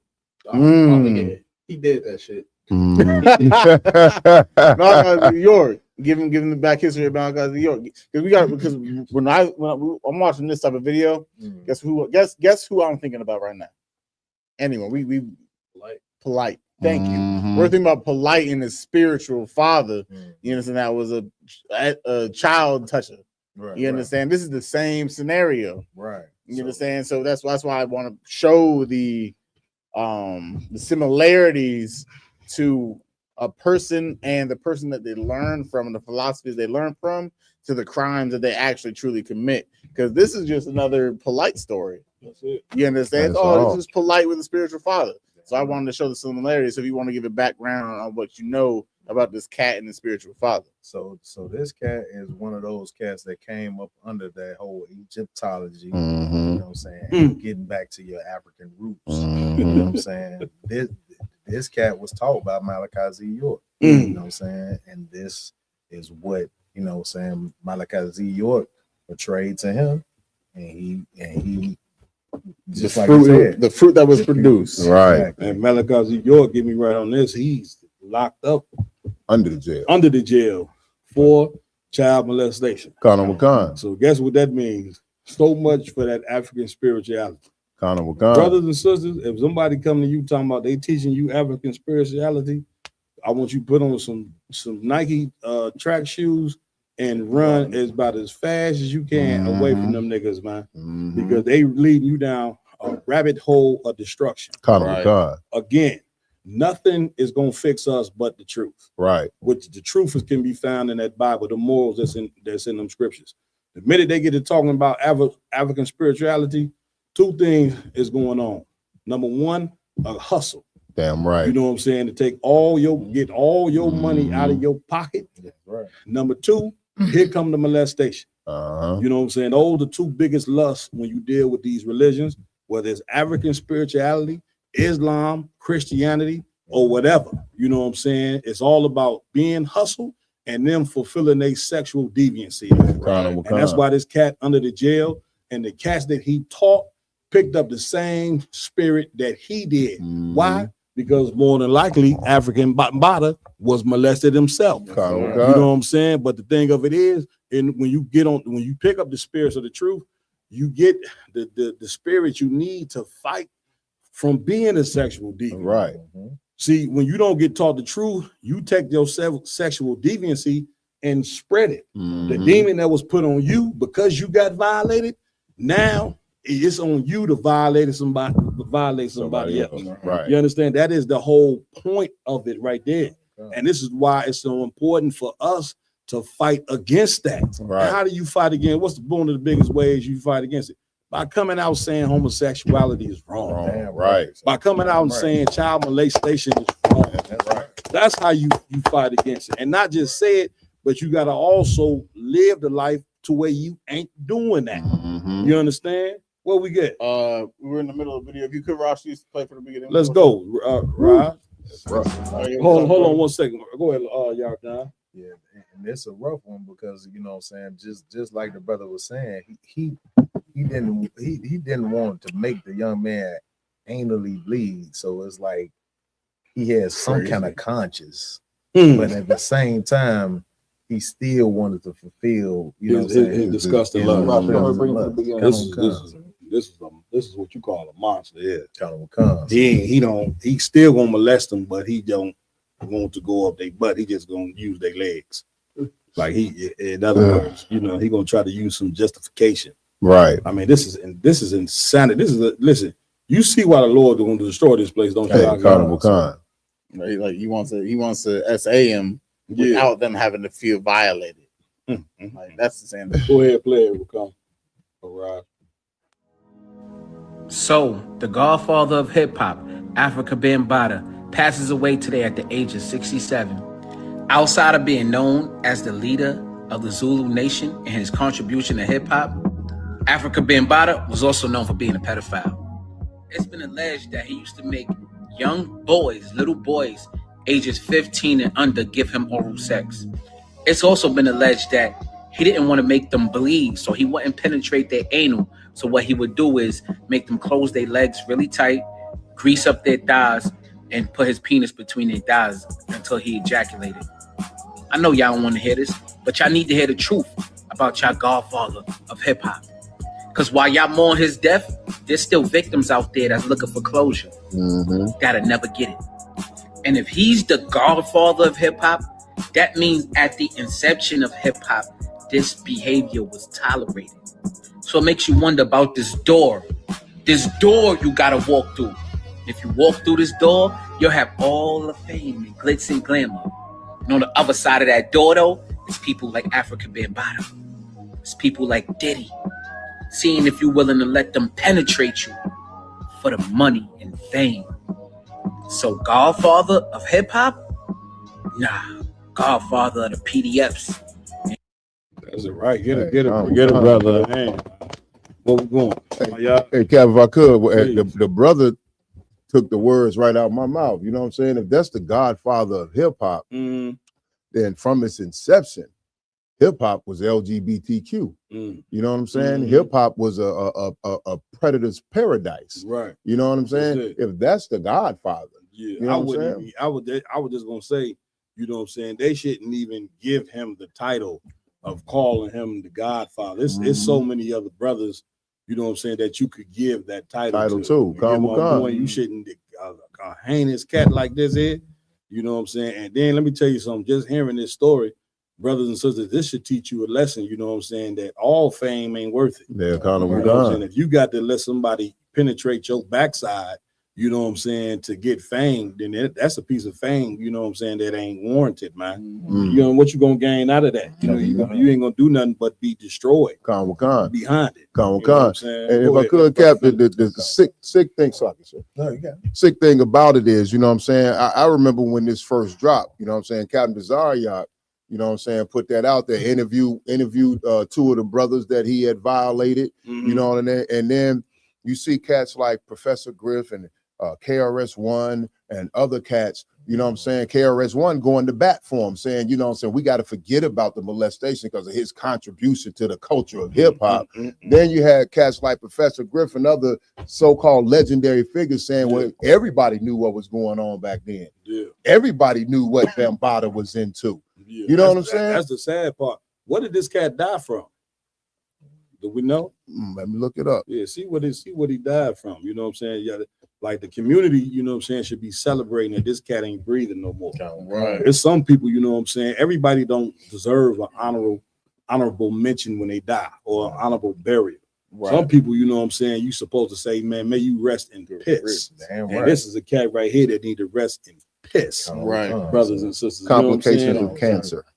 What? Complications of cancer. More than likely AIDS. You know what I'm saying? If he having sex with men, then the Lord finally, you know what I'm saying, took him up out of here, which means another sexual predator is gone. Right. Which, if you want to know how you get closure, this is how you get closure. You know what I'm saying? Is that this cat dying from cancer or AIDS or whatever the hell he died from, now the victims, you know what I'm saying, can get a little bit of closure. A lot of them, it still ain't gonna be fixed because I'm ain't no telling, you know what I'm saying, what horrible things that he done. Y'all were done? Kind of with sir, and just to piggyback on what the brother was saying, like what was most disheartening is the so-called leaders of hip hop. Yeah. You know what I'm saying, not wanting to come up against this brother. That's You know it. what I'm saying, for the heinous crimes that he committed against our community. Right. We got to understand that we can't romanticize black leadership, and no matter what form it come in. Damn right. We got to say a truth for whatever you know what I'm saying, things that happen. Like I know you want to romanticize Martin Luther King and people like these. No doubt. You know what I'm saying? And that's what we've been taught to do throughout the time, because these are the people that have been put to the forefront as our leadership. You know what I'm saying? That's it. And like you said, like, you know what I'm saying, like hip hop had, you know, had a lot of elements and a lot of brothers that was in charge. That was actually righteous brothers that was trying to shift the community into some righteous. This is what wasn't one of them. You know what I'm saying? This was a brother. Look at that charger. Go ahead. Yeah, this was a brother that was leaning our community to something else. Right. You know what I'm saying? To a community, you know, the LGBT community. You know what I'm saying? Which that's what our people should not have been lead to. Right. So anybody that's gonna represent that Zulu nation and stuff after that, you know what I'm saying?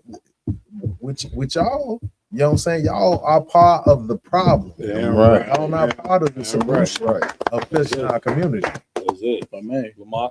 Like I think what's so heavy is that this came out at the same time as the Passover. Right. You understand? Like, of course, we celebrated the Passover to represent our freedom and our getting out of Egypt, which is so-called Africans, which is the same belief that this brother ended up following after the African customs. You understand? Because African customs, they were predominantly a nation that focused on being gay. You understand? Focusing on men being with men and women being with women. So, you know, us having the Passover at the same time is so spiritual in the sense is that he's doing what he died doing. I mean, being SAing young men or young kids or whatever the case may be. Like that's like it's so heavy. I feel like I'm losing my point. It's so heavy at the same time because this is the same thing we need to get away from. That's it.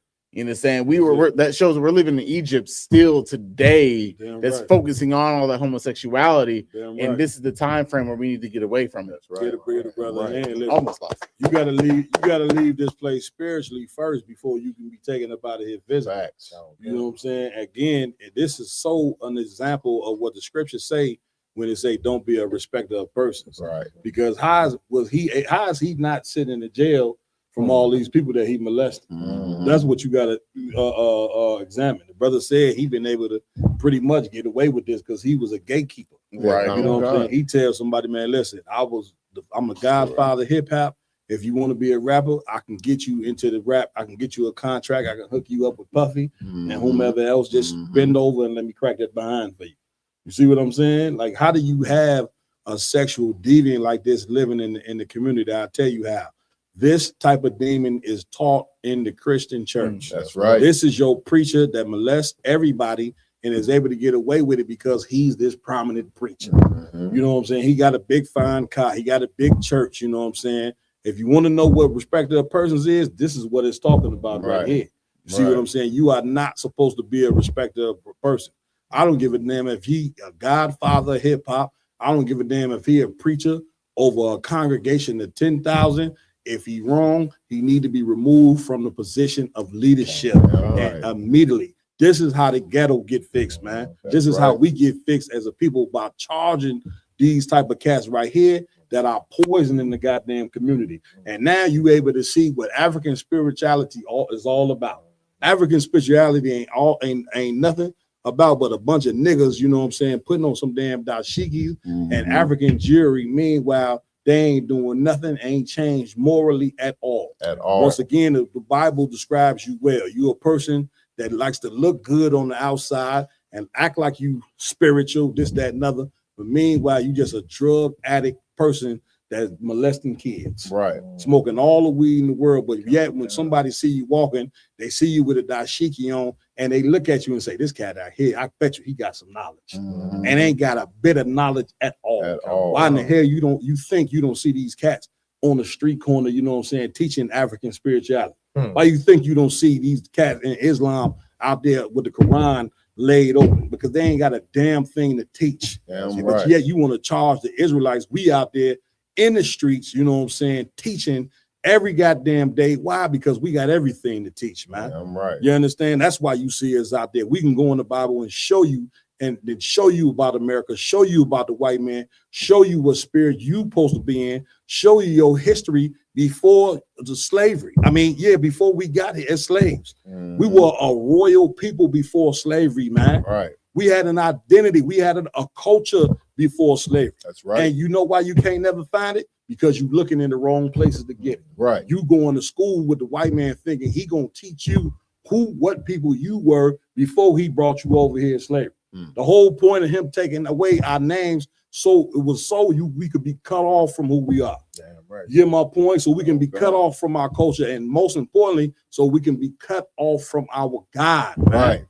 He said, "I'm gonna cut y'all off from y'all God," and what I'm telling you in the Bible tell you he cut us off from our God, so we can look at him as God. So we can look at him as the Most High. That's what white Jesus represents, man. White Jesus is bigger than just an image. It represents the white man saying, "Niggas, I'm gonna be your God. I'm gonna beat you. I'm gonna beat your ass for 400 years, and you gonna love me for doing it, nigga." And that's just gonna be that. And we submitted and said, "Well, that's what it is," but not in the ISUBK. You understand? We ain't getting down with your white Jesus. We ain't getting down, nigga. We take the cross, you know what I'm saying, and throw it in the garbage can. We got a picture in white Jesus in this school right now, and we use it as a footstool, nigga.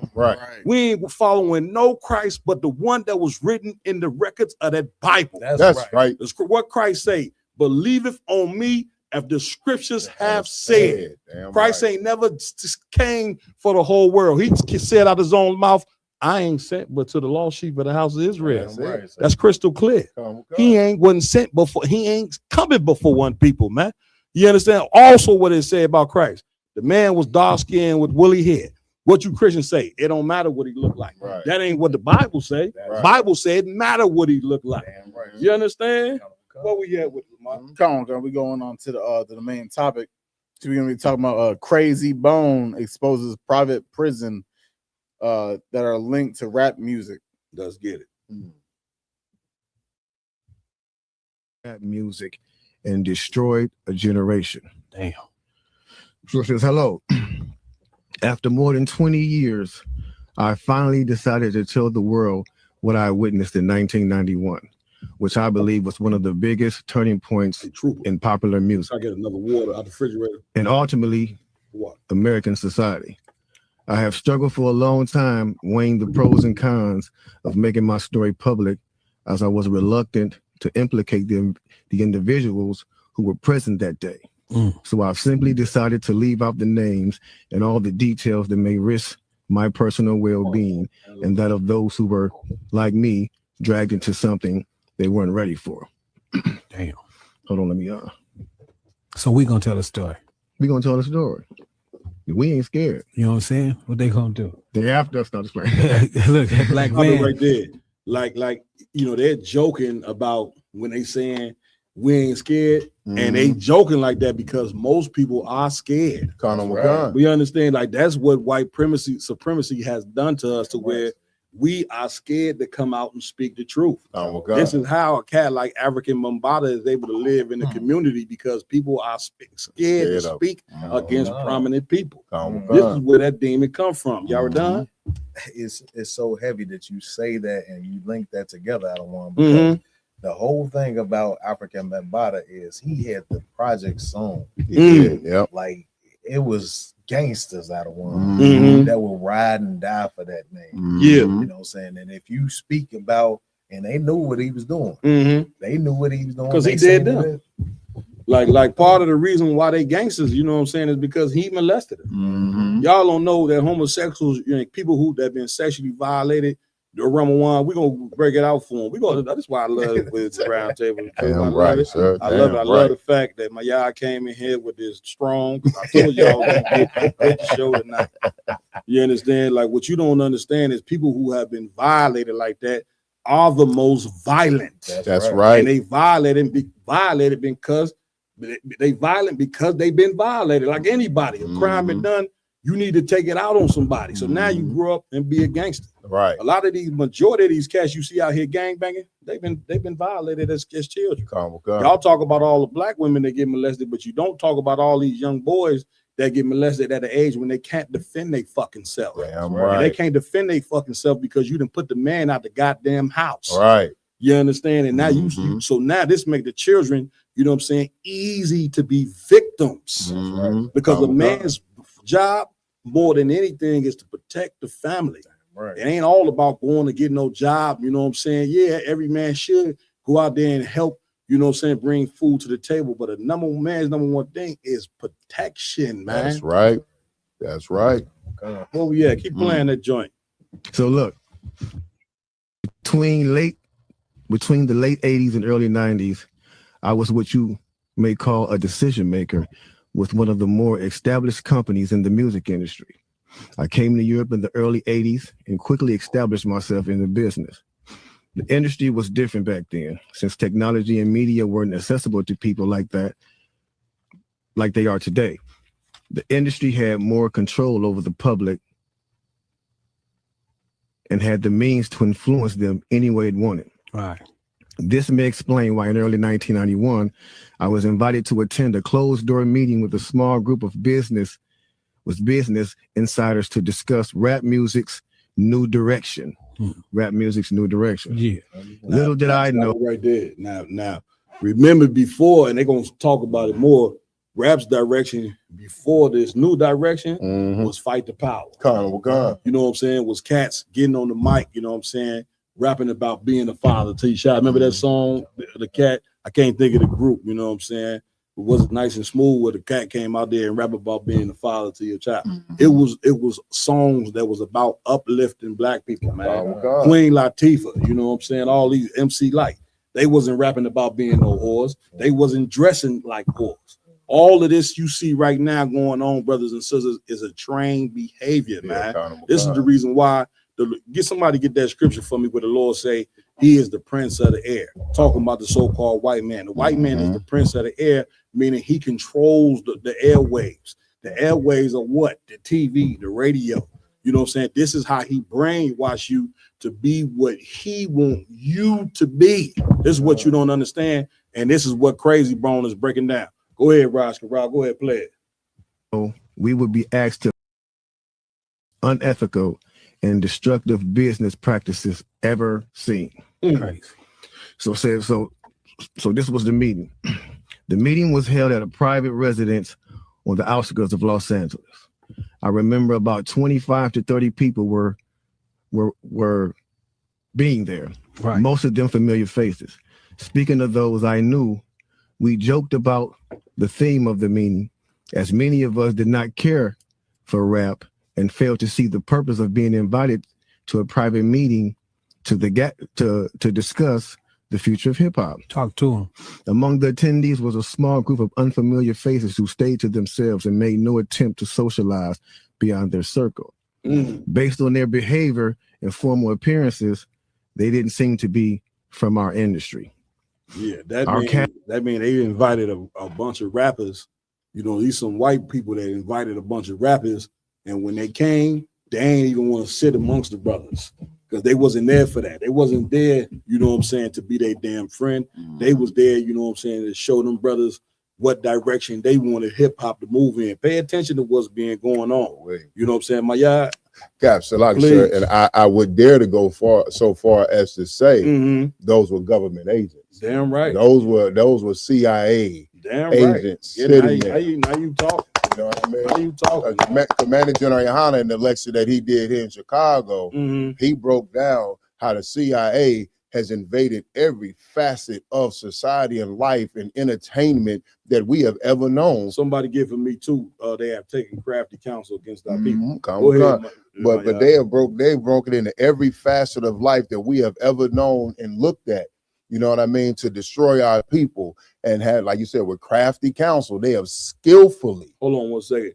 To the brother on Jordan Hurst, if you go to ISUBK Chicago on YouTube, we are live streaming off that page. ISUP. I'm gonna type it in. Go ahead. But they have skillfully, you know what I'm saying, mapped out a plot and a scheme to program us and destroy us and everything from the food we eat. You know what I'm saying? The water we drink. The food we eat is different than the food in the suburbs. You know what I'm saying? In white neighborhoods and in these offshoot rural areas, you know what I'm saying, that we drive through where you got to be out by sundown. You know what I'm saying? Our entertainment is drastically different. Everything that we watch, everything that we consume is poisonous to our mentality and our spirit. You know what I mean? And it's meetings like this that they're talking about. That's it. Where they have sat back with these industry officials and these industry heads and these entertainers and sat on the side of the room looking as serious as a heart attack when they're giving these instructions about what it is that they're going to do in the future if they want to survive. Right. Y'all done? It's a lot, yeah. I don't want also to just provide us just a little more context of what this brother was saying. Go ahead, Priest. Shortly after this, man, this brother ended up with some kind of severe illness that almost took his life. Crazy Bone. Oh yeah, Gun with Gun. You look after this video, after he put out this video, he suffered a severe illness that almost took his life. Out of nowhere. Because of course in the meeting, they're gonna tell you that you ain't supposed to go and say nothing about this meeting. You see what I'm saying? Let's go finish playing this thing. Raj on 1s and 2s. Our casual chatter was interrupted when we were asked to sign the confidentiality agreement, preventing us from publicly discussing the information presented during the meeting. Needless to say, this intrigued, in some cases, disturbed many of us. The agreement was only a page long, but very clear on matters and consequences, which stated that violating the terms would result in job termination immediately. Which means basically, you know what I'm saying, you're going to be ostracized and blackballed from the industry. You know what I'm saying? Which is why when y'all seeing Kanye West come out and say what he said, they blackballed. You get what I'm saying? But the white man can only blackball you, brothers and sisters, when you're trying to be a part of his world. When you don't give a damn about being part of his world, then guess what? Then you can't be blackballed. You see what I'm saying? Because guess what we doing in the truth? We whiteballing white people. Damn right. right. See what I'm saying? They can't come up in here and learn at all. At all. You understand? So they blackballing, we whiteballing. Give me right on. See what I'm saying? That's how you think we survived during the Great Depression. Right. When America had a Great Depression, black people, because they was cut off from the banks, guess what they did? When you get cut off from the banks, guess what you gonna do? Take a guess. My yard. So I can say you're gonna stack that money yourself. You're gonna stack that money in your crib. So while white people were standing in line, this is what they don't teach you. Man, it ain't, brothers and sisters, ain't no people on the earth more intelligent than us, man. That's right. It ain't nothing that God created better than a nigga, man. When I say nigga, I'm talking about Black, Hispanic, and Native American. Damn right. How in the hell did we survive the Great Depression when America, you know what I'm saying, was at a financial weakness? White people standing in food lines for bread, black people was thriving because their racism made us rely on each other. Right. That's what you gotta get that through your thick head. So black people, because the banks wouldn't let them put their money in there, black people kept their money at home. So when the Depression came, guess who had money? You and I. Right. Which goes to show you that segregation is the most intelligent thing that you could do. Damn, you right. think segregation is wrong. Right. Segregation is right. Man. Right. Damn right. That's why the Lord said in the Bible, it is a way that to a man that seems right, but it is wrong. Integration seems right.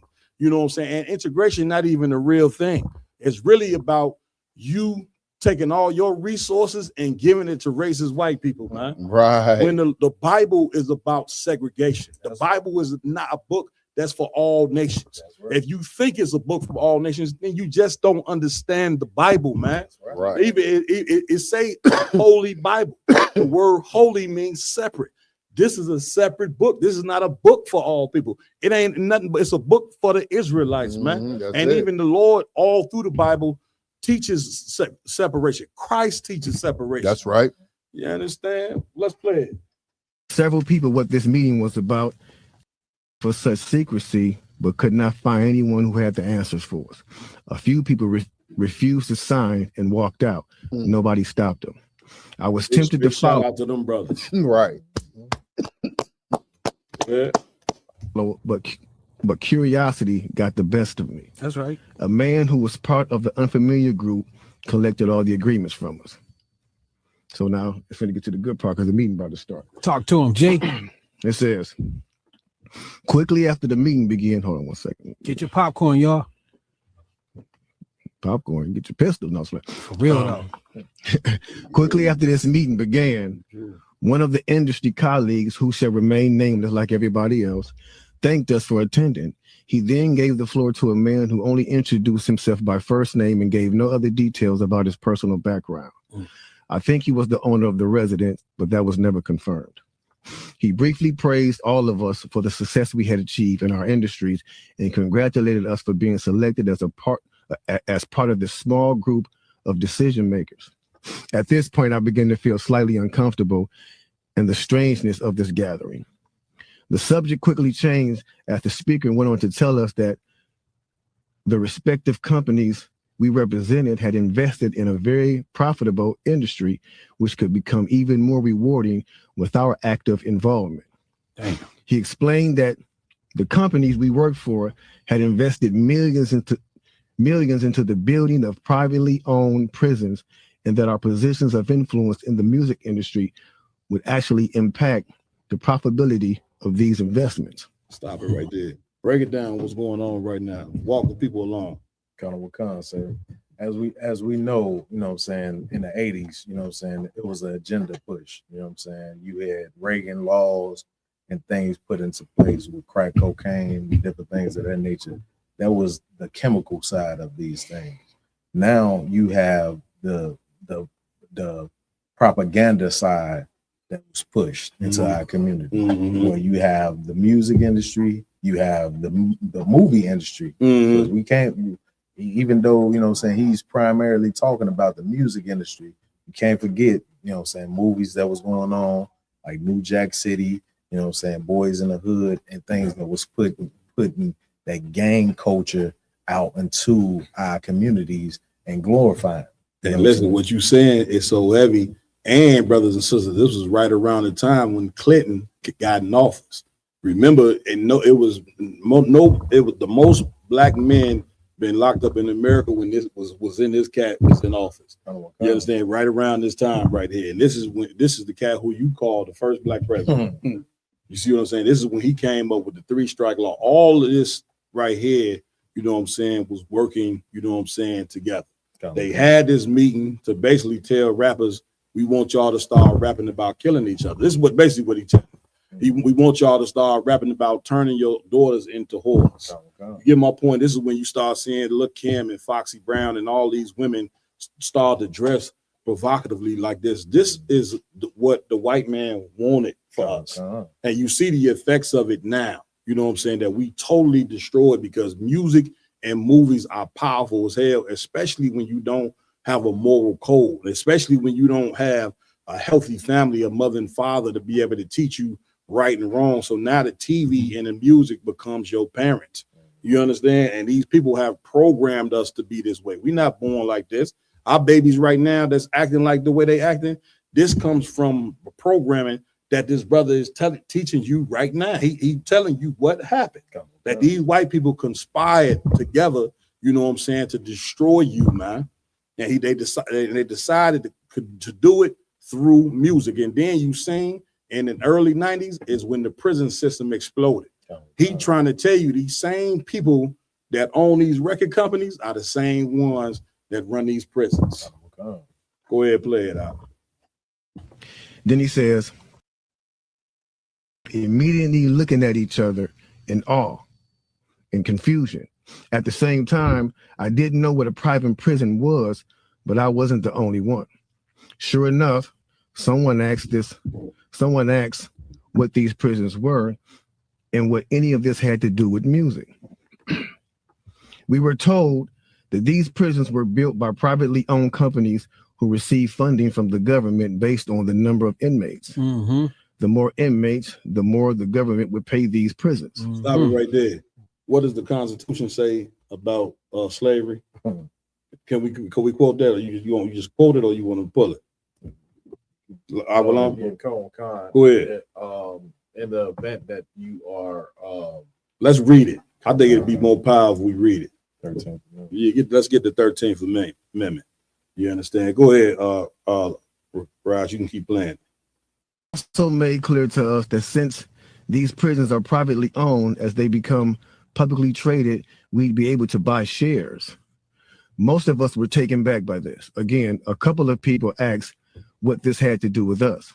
At this point, my industry colleague who had first opened the meeting took the floor again and answered our questions.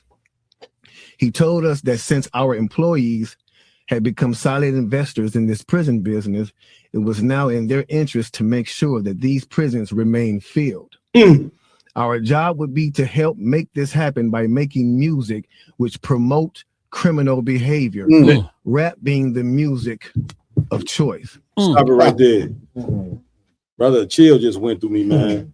Chill just went through. Give me Ramawan. Get me right on this, Did you just hear what they said, Raj Karab? That they use the music industry to make sure that they gonna fill the prisons, brothers and sisters. Wakan, sir. Woo, Lord have mercy, Jesus Christ. IG. you notice the only rappers that come out of Chicago is Drill rappers. Or nothing else. Right. Y'all down coming to my yard. No, I just said the 13th. Please read the 13th Amendment, then I'm gonna go to my yard. Please. The 13th Amendment to the United States Constitution, ratified on December the 6th, 1865, officially abolished slavery and involuntary servitude throughout the U.S. Except at what? Except, meaning when it says except, meaning they not ending slavery. Right. There would be no except. You see what I'm saying? They putting the except in there because really they not ending slavery. The white man is the devil that the Bible speaks of. Right. Keep reading. As punishment for a crime. As what? As punishment for a crime. So that in order for us, you know what I'm saying, to commit crimes, they decided they'll get our brothers and sisters and had them rap about things that would cause us to commit crimes so they can keep us in slavery. Damn right, sir. Glorifying it. And remember, when brothers get locked up in prison, that affects the whole community. It don't just affect them, it affects their family as well. And y'all wonder why Black people cannot get out of the condition that we in. You are listening to one of the reasons right now. Wakan, sir. My yard. Hey, Sloggy, sir, if I could. And I don't know if you remember the one several months back, we brought up the articles where these private prisons were suing cities and states because they were not getting enough prisoners. That's it. It's part when they open a private prison inside of a state or a city. Yeah, they are contracted with the government, with the local government of that state or that city. That's it. And they part of the negotiation is they promise a certain amount of prisoners to be inside of those cells every year. Yeah, because a lot of the Confederate states is where some of your biggest prisons is. And in order for them to get their money back, then guess what they have to do? They have to push the agenda of causing us to commit crimes so they can be repaid for losing slaves in the cotton fields. Remember, the slaves didn't actually get reparations. Right. The slave owners who lost the slaves, you know what I'm saying, the slave master, the United States of America, you can look this up, they paid the slave masters reparations. Yeah, accountable God. They so-called free black people, man, you was just told to get off the plantation. You left the plantation looking east and west with nowhere to go. Right. A bunch of black families, you know what I'm saying, with nowhere to go. The white man is diabolical, man. Don't ever tell me to join him. Don't ever tell me to join the living. Don't ever tell me that America one day is going to change. Don't ever tell me nothing about John 3:16, God so loved the world. When you know God does so love the world, but that world he talking about is us. Damn It right. definitely ain't this place right here. Stop pulling scriptures that you do not understand. Damn. Well, we let's go. Hey, one more thing, please. Jack. And the most diabolical thing about these private prisons is they built these prisons based on your third grade testing scores. So you know, and they give you an A through F on behavior. Right. And when you're in the third grade, in Chicago and certain other cities, we had a standardized test in the Iowa test scores. Well, they built the prisons that are here now based off of our scores when we was in the third grade. Come on, play it. I saw it's like Lamont. I was trying to correlate the situation. Like, of course, they're creating a whole rap industry to make us more violent, more criminals, and that's why we have the so-called YNs now. Yeah, you understand? They always promote that being criminals and drug dealers and thieves and robbers and every type of criminal in the world is so glorified nowadays. Only in our communities, though. That's it. Is that now when we get locked up, guess what the first thing we go do is create a new album in the pen. Right. You understand? They locked up for 5, 10, 15 years. They're creating albums on albums, talking about their experiences in the prisons and all that. But guess what? That just seems like another glorified thing to do. People think, oh, going to prison for 5, 10 years is like, oh yeah, I'm more hood, I'm more strong, I'm a tough man now because I was in the pen making new music. They created a cycle we don't even understand where we glorify going to jail. I won't rat on my homies because you know they my boys. I'll go take the 5, 10 years, rap about it, and get out, and now I'm great again. That's it. They created a cycle where we're in and out of the prison systems so much that we think it's cool. Right. Go ahead, play it, Raj. A great situation for us because rap music was becoming an increasingly profitable market for our companies. And as employees, we also be able to buy prisons. Immediately, silence came over the room. You could have heard a pin drop. I remember looking around to make sure I wasn't dreaming and saw half of the people with dropped jaws. My daze was interrupted when someone shouted, "Is this a fucking joke?" At this point, things became chaotic. Right. 2 of the men who were part of the unfamiliar group grabbed the man who shouted and attempted to remove him from the house. A few of us, myself included, tried to intervene. One of them pulled out a gun, and we all backed off. They separated us from the crowd, and all 4 of us was escorted outside. My industry colleague who opened up the meeting earlier hurried out to meet us and reminded us that we had signed an agreement and would suffer the consequences of speaking out about this publicly, or even those who attended the meeting. Damn. I asked him, why was he involved with something so corrupt? And he replied, it's bigger than the music business and nothing we can do. And no, it's bigger than the music business and nothing we want to challenge without risking consequences. We all protested as we walked back into the house. I remember word for word the last thing he said. It's out of my hands now. Just remember you signed an agreement. He then closed the door behind him. The men rushed us to our car and actually waited until we drove off the property. Good. Damn. So this meeting, bro. Now that's a lot for a meeting right there. Oh yeah, definitely. You know, and this person later on, he said, you know, this person actually ended up leaving the music industry after this happened. With a few years after this, he ended up leaving the music industry. Okay. And he'd say he just, like, you know, over the years, he just felt guilty because he said as he sat back and he watched these plans come to a reality over 2 decades. He sat back and was like, wow, they really pulled it off. Yeah. They really pulled this off. He was like, they were told not to sign any more political rappers, any more rappers that had messages in their music. No positivity. It was all to be gangster rap music that they promoted and put out. So if you wonder where Brand Nubians went, where Poor Righteous Teachers went, where Public Enemy went, where KRS-One went, and all sorts of groups like that was talking, even Queen Latifah and Moni Love and those, you know what I'm saying? It's a back door. Yeah, anything that was harmless, fun rap, you know, anything that had a message in it had to go. Yeah, that's why if you even notice though, we talk about that all the time. Even be brief with it, you know what I'm saying? Those charms that came out like maybe in 1988, 89, the African charms, those they lasted for about 2 years and they disappeared real quick. You know what I'm saying? Yeah, definitely. Now, after reading all this, you know, it actually made me feel a few different ways. The first emotion I felt was shocked, because I was definitely taken back by this, just knowing the level of evil that's involved by even thinking of a plan like this. You know what I'm saying? The second emotion I felt was anger. Anger because it's not enough for them to exploit our culture and make all the money off of it. Mm-hmm. Because let's keep it real, the industry has never been. You could drop that out, man. That was heavy. You know what I'm saying? Sir. Anybody want to say something? We want to move to the next. I just say one thing, Cap. I remember because that letter that he's reading, that circulate when Facebook really first got really booming like that. Mm-hmm. Around the time I first got on Facebook, that letter was circulating around on Facebook at one point. Mm-hmm. You know what I mean? And it was titled. It basically said that was the inception of NWA. That's how NWA. Because remember, NWA is the first gangster rap group. Mm-hmm. The first gangster rapper was Ice-T, and the first gangster rap group was NWA.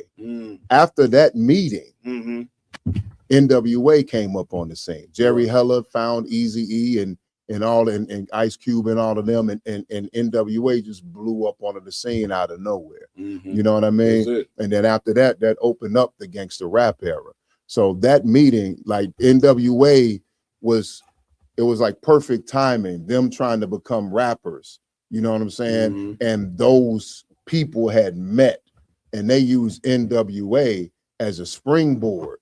You know what I'm saying? To introduce gangster rap on a multinational level and begin that destruction. No doubt. IJ, come, Cap, man. The white man's the devil that the Bible speaks of. And if I could, Cap, you know, there's so many people that come up against us and be like, you know, racism is dead. The Ku Klux Klan ain't burning pitchforks in your lawn no more. But this is the type of racism that they resort to now. It's not, you know, abundantly upfront in your face, but they resort to psychological warfare like this. That's it. Things that people can't perceive, but it's actually happening. That's it. Right. It's like them think tanks that they use before they go to war. You know what I'm saying? Where they again, I say this all the time. They've been using think tanks on us. You know what I'm saying, for a very long time. See what I'm saying? Let's play the next tape. A guy named David Weiner called me and asked me, he said, you know, for the next album that you turning in, you know, is you gonna kill a little bit in there, you know? It's gonna be a little bit more dope dealing, you know, because that was some of the stuff. You know, a lot of what he's saying is actual fact. You know, it's actual fact. Yet it also speaks to the environment in which we are embedded as young black males and females in this particular society. You know, hip hop changing from positive to negative was not a consequence of history. It was not a circumstance of history. It was nothing that just happened on its own. It had nothing to do with the changing of the times. It had nothing to do with that. It had everything to do with the fact that there are people in this particular society who wants to see us exactly where we are. And we cannot let that point elude us. These are the facts. How do we know? 1967, Kerner Commission report on urban disorder. When black people said, yo, we're tired of this system. You know what I mean? This system is oppressing us. So we rebelled against the system.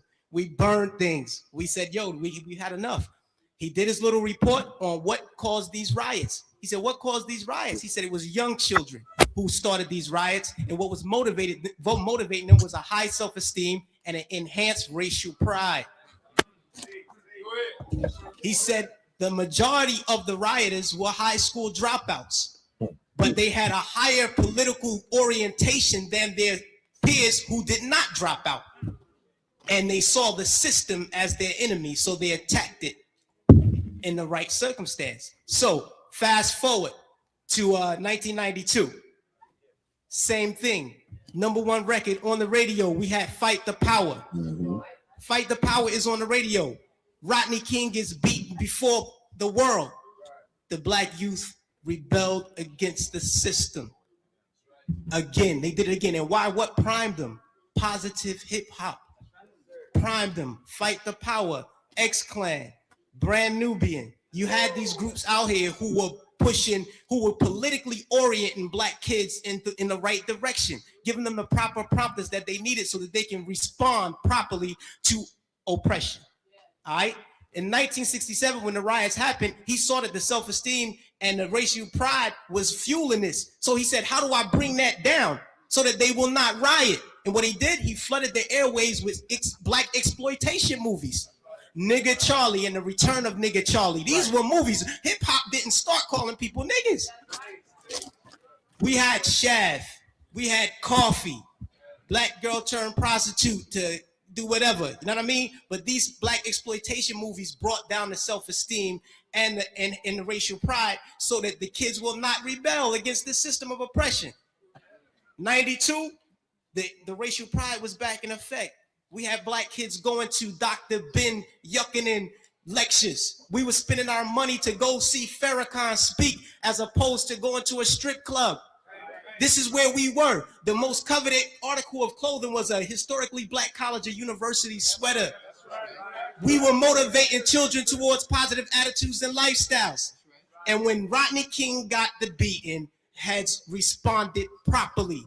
Fast forward to our day. Sean Bell is shot 50 times in the street in New York by police officers. #1 song on the radio, Like a Lollipop. Nobody do nothing. Nobody respond to nothing. Trust me. Just like the brother, I believe it was JT, the bigger figure, who said that the label executives came to him and said, yo, brother, we need you talking about guns and whores. You know what I mean? That's right. That happens. I've been in those meetings with management and had to ask me, is what you're saying really what you believe? So that we'll know how to market you properly. You know what I mean? This happens. Young Buck on his album, he has a song on his album that talks about police terrorism. The label said absolutely not. Jimmy Iovine said absolutely not. You cannot put that record on the album because it might create an atmosphere that might put police officers' lives in danger. Right. So they took the record off, but they let him keep the other 14 songs on the album that talked about killing black youth.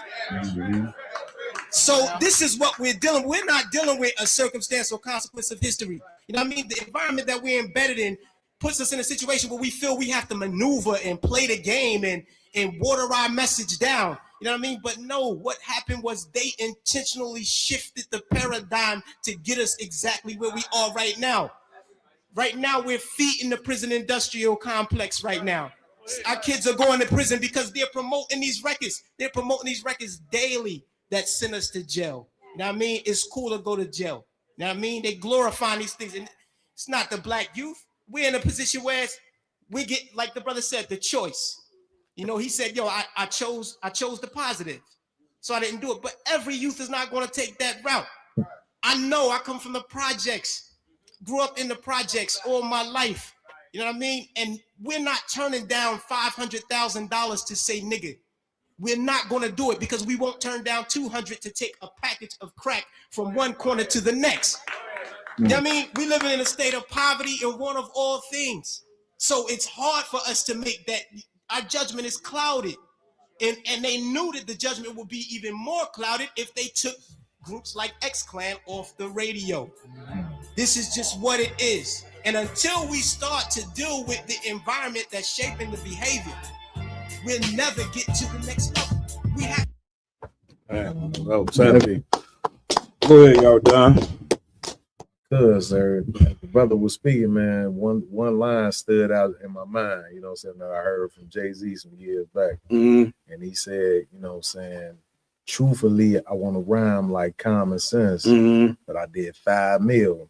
I ain't been rhyming like common sense. You know what I'm saying? The whole thing of it is like, you know, we've been placed in a position, not a one, that these people was gonna push and back. You know what I'm saying? The person that was going to give up his moral authority to them.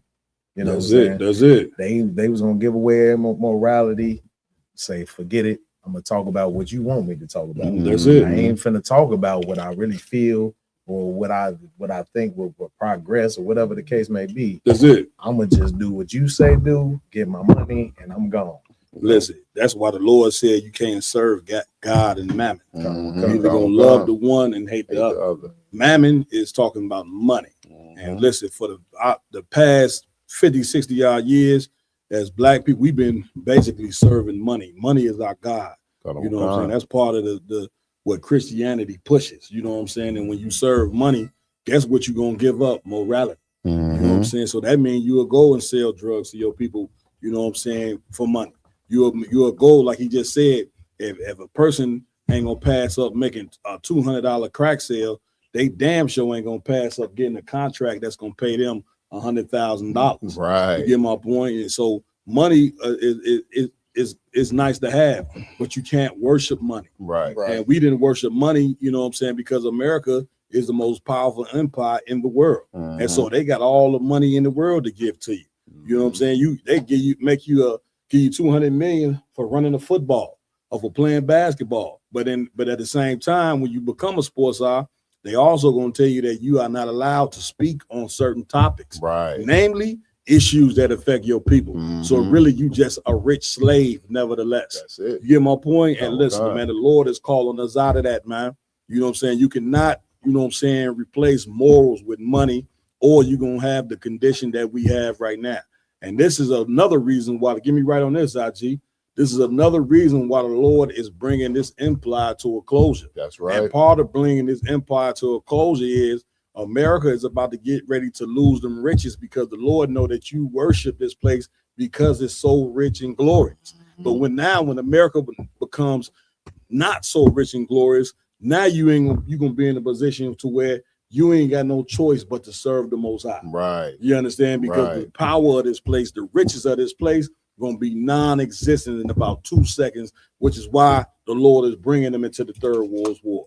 Which is why you're going to see the dollar drop. You understand? The petrodollar drop. The economy of this place going to be shaking because the Lord, you know what I'm saying, is pulling you out of the mouth of this goddamn place to where you ain't going to be worshiping the white man no more. Because how you gonna worship him when he ain't got power? Right. How you gonna worship him when he ain't got riches? This is what you need.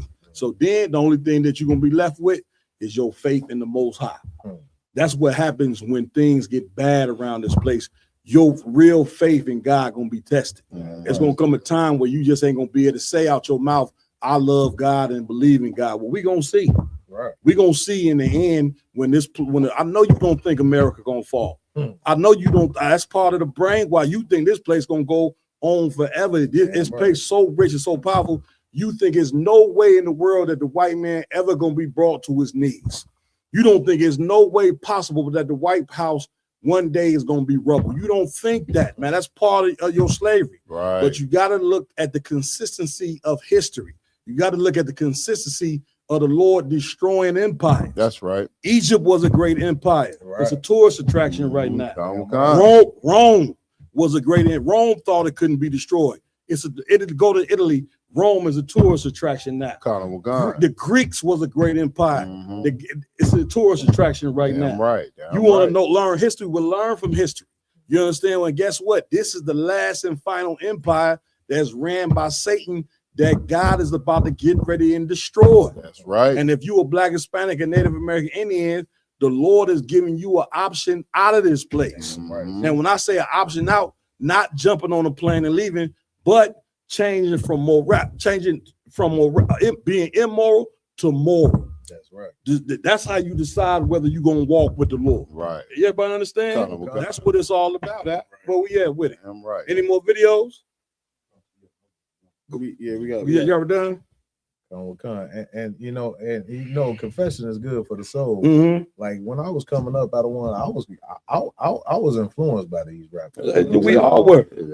I don't know who else want to admit it, but like, you know what I'm saying, like these rappers actually, when they said something, I took it as gold. Man, please. I thought they was living that type of lifestyle. Please. I wanted to be like Snoop Dogg. That's it. Started smoking blunts because Snoop Dogg smoked. Absolutely. You know what I'm saying?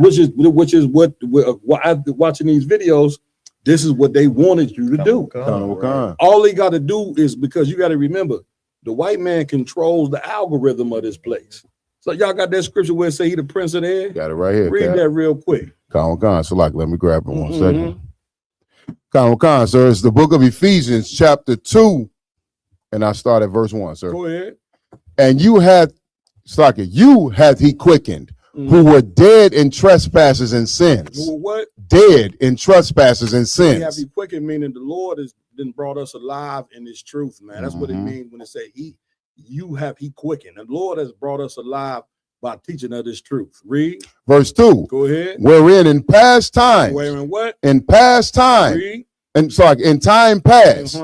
You walked according to the course of this world. You did what? Walked according to the course of this world. You walked into the course of this world, meaning you walked as a drug addict, man. You walked around and smoking weed, thinking a lot of you cats smoke weed, think you ain't a drug addict. You would look at a damn crackhead and say, man, look at this drug addict, and don't look at yourself as one. You know what I'm saying, brother? That is brainwashing like something you could not believe. You are a drug addict as well. Right. You understand, walking are the ways of the old person is believing in homosexuality. Again, worshiping money. Everybody's so in love with money, which in turn you throw away with morals, man. You don't give a damn what you got to do to get the white man's money. Right. Read. It's kind of a con. According to the prince of the power of the air. Read that part again. According to the prince of the power of the air. The prince of the power of the air, meaning the air. They even call radio and TV the airwaves. This right here is telling you that the white man is the prince of the goddamn airwaves. Right. Meaning he is the reason why you are walking in your lust, man. He is the reason why you walking around with your mind so goddamn destroyed, because he has programmed you through radio and TV. That's it. Where we at? Let's go to the next topic. Let's go to the next topic. We could drop that. We pretty much done with this one. Let's go to. You can skip the other video, Raj. Go ahead. We got Lil TJ arrested in Offset shooting. All right, go on. The video. Incident outside of Hard Rock, where TMZ is reporting that rapper Offset was shot. Police confirming that 2 people were arrested and 1 person was taken to the hospital. Our Michaela Hightower is live outside of the hospital to tell us the latest. Michaela. Eric and Alexis, a couple new things here, more specifically 3 new things. We know that a rapper has been arrested in relation to this case. We're finally hearing from Seminole police on what transpired outside of the casino, and we have an attorney we have a statement from that rapper's attorney. So let's get into all of those details. We know Seminole police say rapper Little TJ has been arrested and booked at the Broward County Jail in relation to this incident where fellow rapper Offset was shot outside the Seminole Hard Rock Casino. And we have a statement from a law firm based out of New York released saying and disputing claims about TJ's involvement in this. Attorney Don Florio saying Little TJ has not been charged with the shooting, nor has he been shot.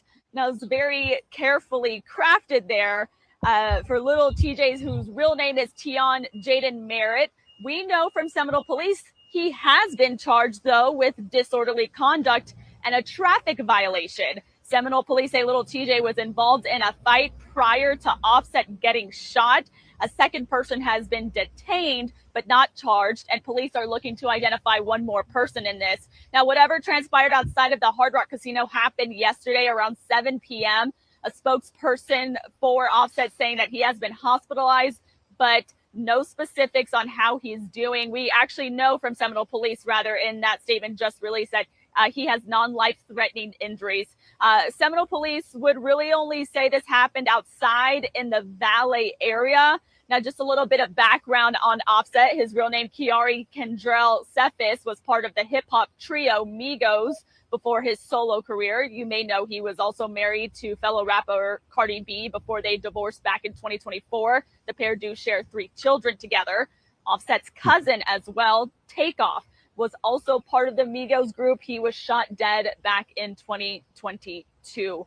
So that's really what we know right now. We're getting new information by the hour. Just to recap everything, we know rapper Little TJ has been arrested. He is currently at the Broward County Jail. He will not be released until he goes to that bond hearing and goes in front of a judge. We will have a crew at the Broward County Jail waiting for him when he gets out to see if he'll say anything or give any insight into what happened. His attorney says he was not shot, nor did he have anything to do with the shooting, but Seminole police say he got into a fight before Offset was shot.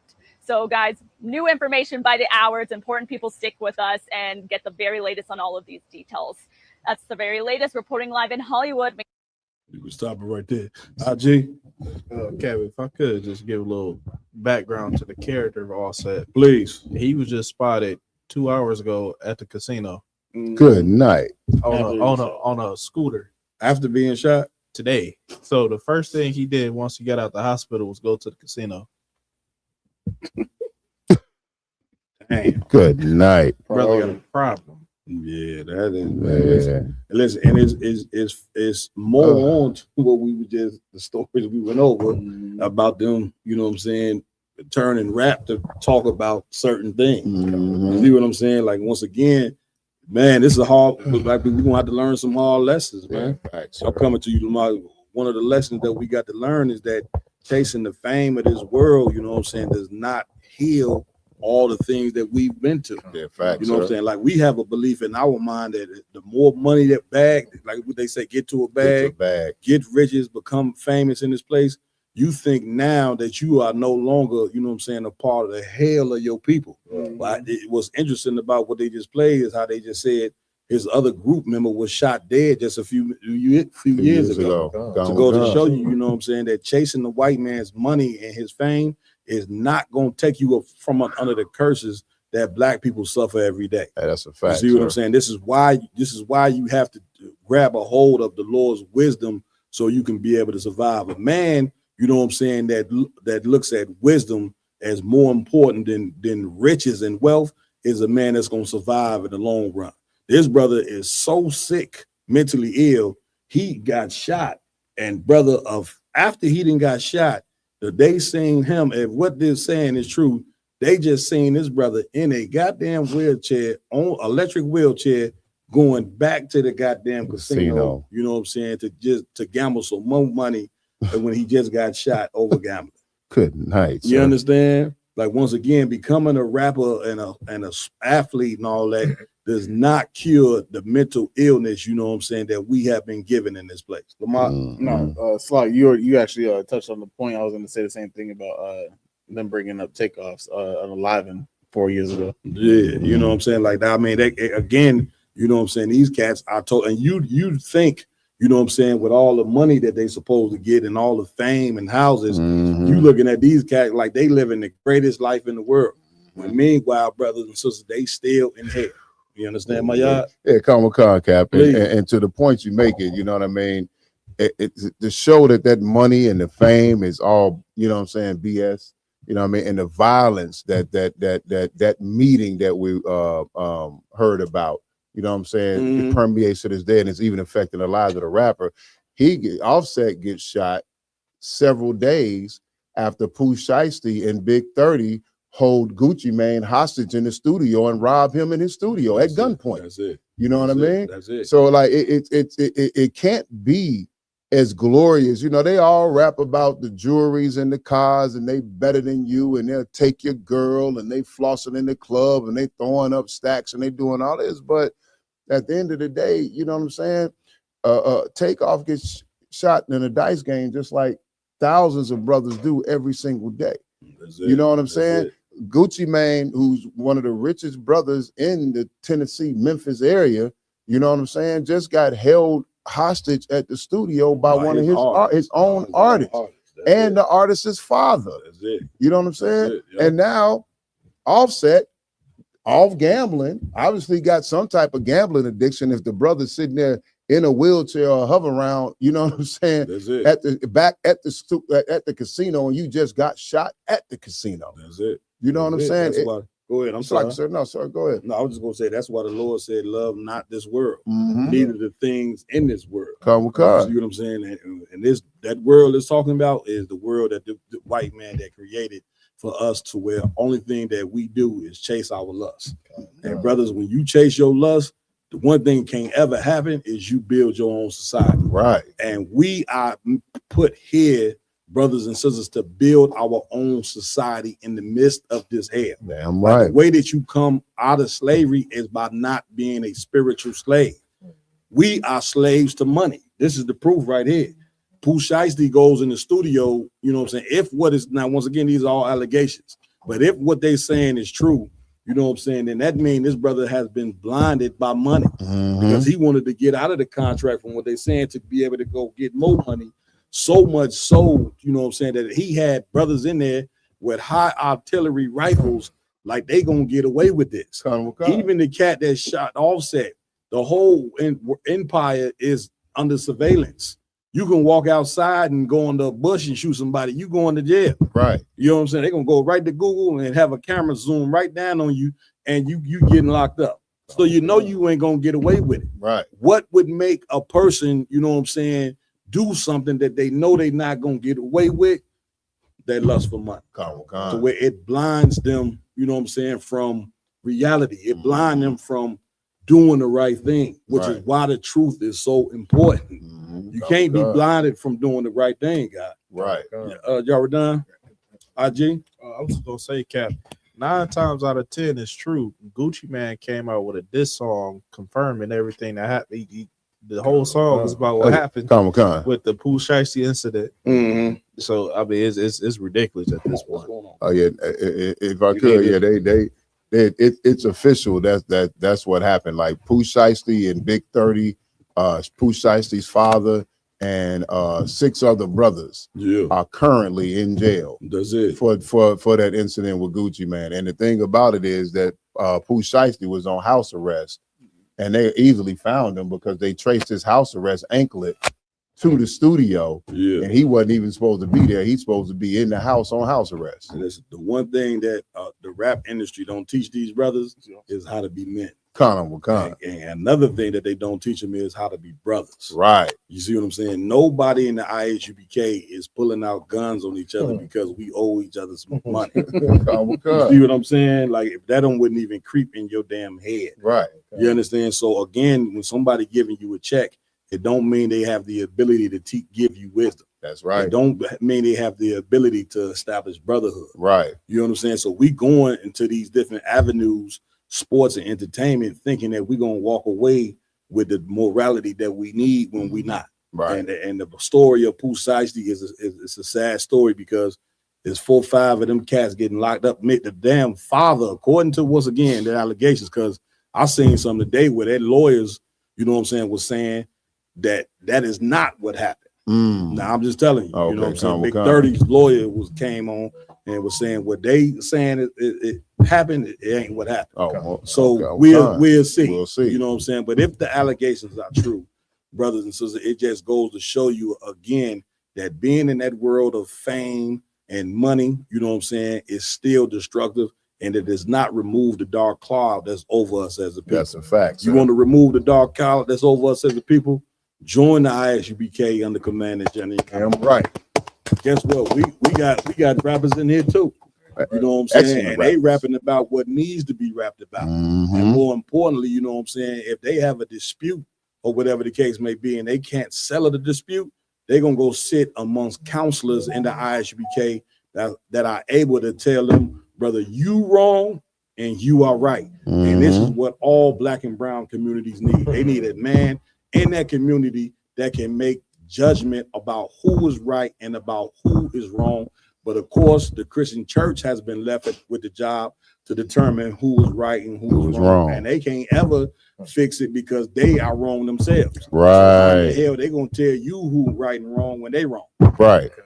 Y'all done? Hey, what's so heavy about what you're saying, another one, is that, you know, when these brothers do get all these accolades and all this fame and wealth, and different things of that nature, they demons is never dealt with. No, you know what I'm saying? No. So if you have any education on the Bible, your demons are they are set up to destroy you. That's it. It's set up to kill you. That's it. Essentially. That's it. You know what I'm saying? So if you have all this money and wealth from all of what you're doing and you yielding yourself for in the world, just like the brother was saying, Crazy Bone was saying, if you just lend yourself to this industry and you just say, okay, I must do what you want me to do, say what you want me to say, so I can get this money. You know what I'm saying? You have all this fame and wealth, right? That's gonna be given to you because we have our artists on deck that says that if you do what they say, then they can push you to be the biggest artist in the world. Yeah, that's it. They're gonna push you to be, you know what I'm saying, the Lil Durks and the is it top of the game. That's listen, what you saying, so it's very easy to do. All they got to do is just the algorithm. All they got to do is just keep playing your song on the radio. Just think about all the #1 songs, right? That when you first heard them, you was like, this shit is horrible. But the fact that they keep playing the song on the radio every day, after a while, you reciting every word. You get my point? At the top 10 radio, you know what I'm saying? In these cities, you playing these songs, the top 10 radio songs for your kids on their way to school. And then you wonder why your young kids are so violent because you sitting there as an adult like a big dummy letting them listen to this garbage. You wonder why your young daughter, you know what I'm saying, at 8, 9 years old, she's sitting there letting young boys run a train on her. Right. Because who she look up to Look Kim, you know what I'm saying, or give me the artists of today, you know Cardi what I'm saying? B, She look up to Cardi B, Sexy Red. Sexy Red, you know, you letting her listen to Cardi B and Sexy Red, and you sitting there laughing with her. You a woman who's an adult, and you sitting there going, you a big grown adult yourself, you going word for word with Sexy Red and Cardi B, and they rapping about the most, and you doing it with your damn daughter, and have no care in the goddamn world whatsoever. Just the biggest stupid dumb idiot in that you can find. Please. And Cardi B won't even let her kids listen to the music she makes. That's it. Right. What the brother just said so heavy. Cardi B, she had a video where her daughter was coming downstairs and she turned off her own music and didn't want her to let her listen to what she was rapping about, which is right on to the point of the video where the brother was saying that they put the rap stuff out there for us to be able to conform our minds. Cardi B is smart enough to know that she gonna make money by saying the most ludicrous things she can say, but yet she don't even want her own daughter to listen to that. Take another level, please. She don't want her mama to know the music she made. Her mother doesn't speak English. Her mother speaks Spanish. So Cardi B refuses to do music. Cardi speaks fluent Spanish. That's it. But she refuses to do music in Spanish, and she refuses to have her music translated into Spanish because she don't want her mother to hear the music she making. Man, listen, we had a few other stories, you know what I'm saying, but you know, we kind of went long on that whole rap thing or whatever, man. Been one hell of a show, you know what I'm saying? Give it up, you know what I'm saying? Of course, brothers and sisters, you know what I'm saying? We'll be back next week, you know what I'm saying, on the Round Table of Truth. But before we get to that, Officer Lamakiala has some announcements. Come on. As always, make sure to like, follow, share, subscribe to all Round Table of Truth, social media pages, Real Nigga University. You understand? Tomorrow, we're going to be at 401 North Michigan Avenue. We're going to have camp. You know what I'm saying? Because it's nice and good and weather outside out here, at least this weekend in Chicago. Again, so make sure to pop up if you want to see us. We'll be there from around 12 o'clock until later. And then later on, I just want to say something on that. You know what I'm saying? For the brothers and sisters that's going to be shopping on the Mag Mile tomorrow, we coming to ruin your Saturday, you know what I'm saying? From about 1 o'clock to 5 o'clock. Oh, yeah. Mayhem on the Mag Mile. Get you know ready. You getting every bit of it. Get ready. I'm going to interrupt one of these brothers when they bring out a heavy topic. And I'll be going from there. Lord willing, it ain't you. Go ahead, Lamar. Come on. Then, directly after camp, we'll be attending the Thank You for Listening Awards show. Give it up. You understand? We'll be at the Galera, Chicago. It's the address is 9 West Division Street. We'll be of course the event starts at 5 o'clock. We might be a little later because you know people that are upper epsilon kind of show up a little later, fashionably late. And CP time always involved. As you know, the podcast, we always on CP time. Captain Zaryak said it. He said, I always like to make a grand entrance. I can't help it, Trooper, you know what I'm saying? Go ahead. And then lastly, you can't show up on time, man, for those who want to be the first nigga sitting in the seat. Right. By yourself. Last but not least, coming up at the end of the month on April 25th, we're going to be at the Black Effect Podcast Festival out there in Atlanta. You understand? Make sure to come through. You understand? If you need a ticket, you better buy your tickets now. They somewhat cheap. They're about $50 at the moment. If you get them later, they're going to be way more than that. But if you want to come see the Round Table of Truth in Atlanta on the 25th of April, make sure you get a ticket. Come out. You understand? We're going to be doing this all year round, Round Table of Truth, in all these podcast events. So make sure this is going to be the second one of the year we're going to attend. Damn right. So, that's all we have going on right now. Man, give it up. You know what I'm saying? What awards are we up for tomorrow? Y'all done? Y'all done? We up for Podcast of the Year award. You know what I'm saying? Host of the Year, Captain O'Quad is on the ballot for Host of the Year. You know what I'm saying? You got Diverse City Mall. You know what I'm saying? Apparel of the Year. Damn. Listen, you tell me something that's been more, you know what I'm saying, better than the real nigga university. Damn right. IG. Cap, when we pull up them jackets tomorrow and the Yard Dog don't get that award, I'm gonna know something. It ain't nothing that sold more than real university, man. Yard Dog is supposed to win that. Please. If I may, Yard Dog might as well just show off his fancy air jacket now. Yes, please. Let them know why he should win tomorrow. That's a fact. Show everybody. And this, brothers and sisters, is all genuine leather. 100% leather. Let them put the camera on him, Raj. Not your your camera right there, y'all done. Oh yeah, all leather. Nice. Yeah, man, look at that. Come get you one.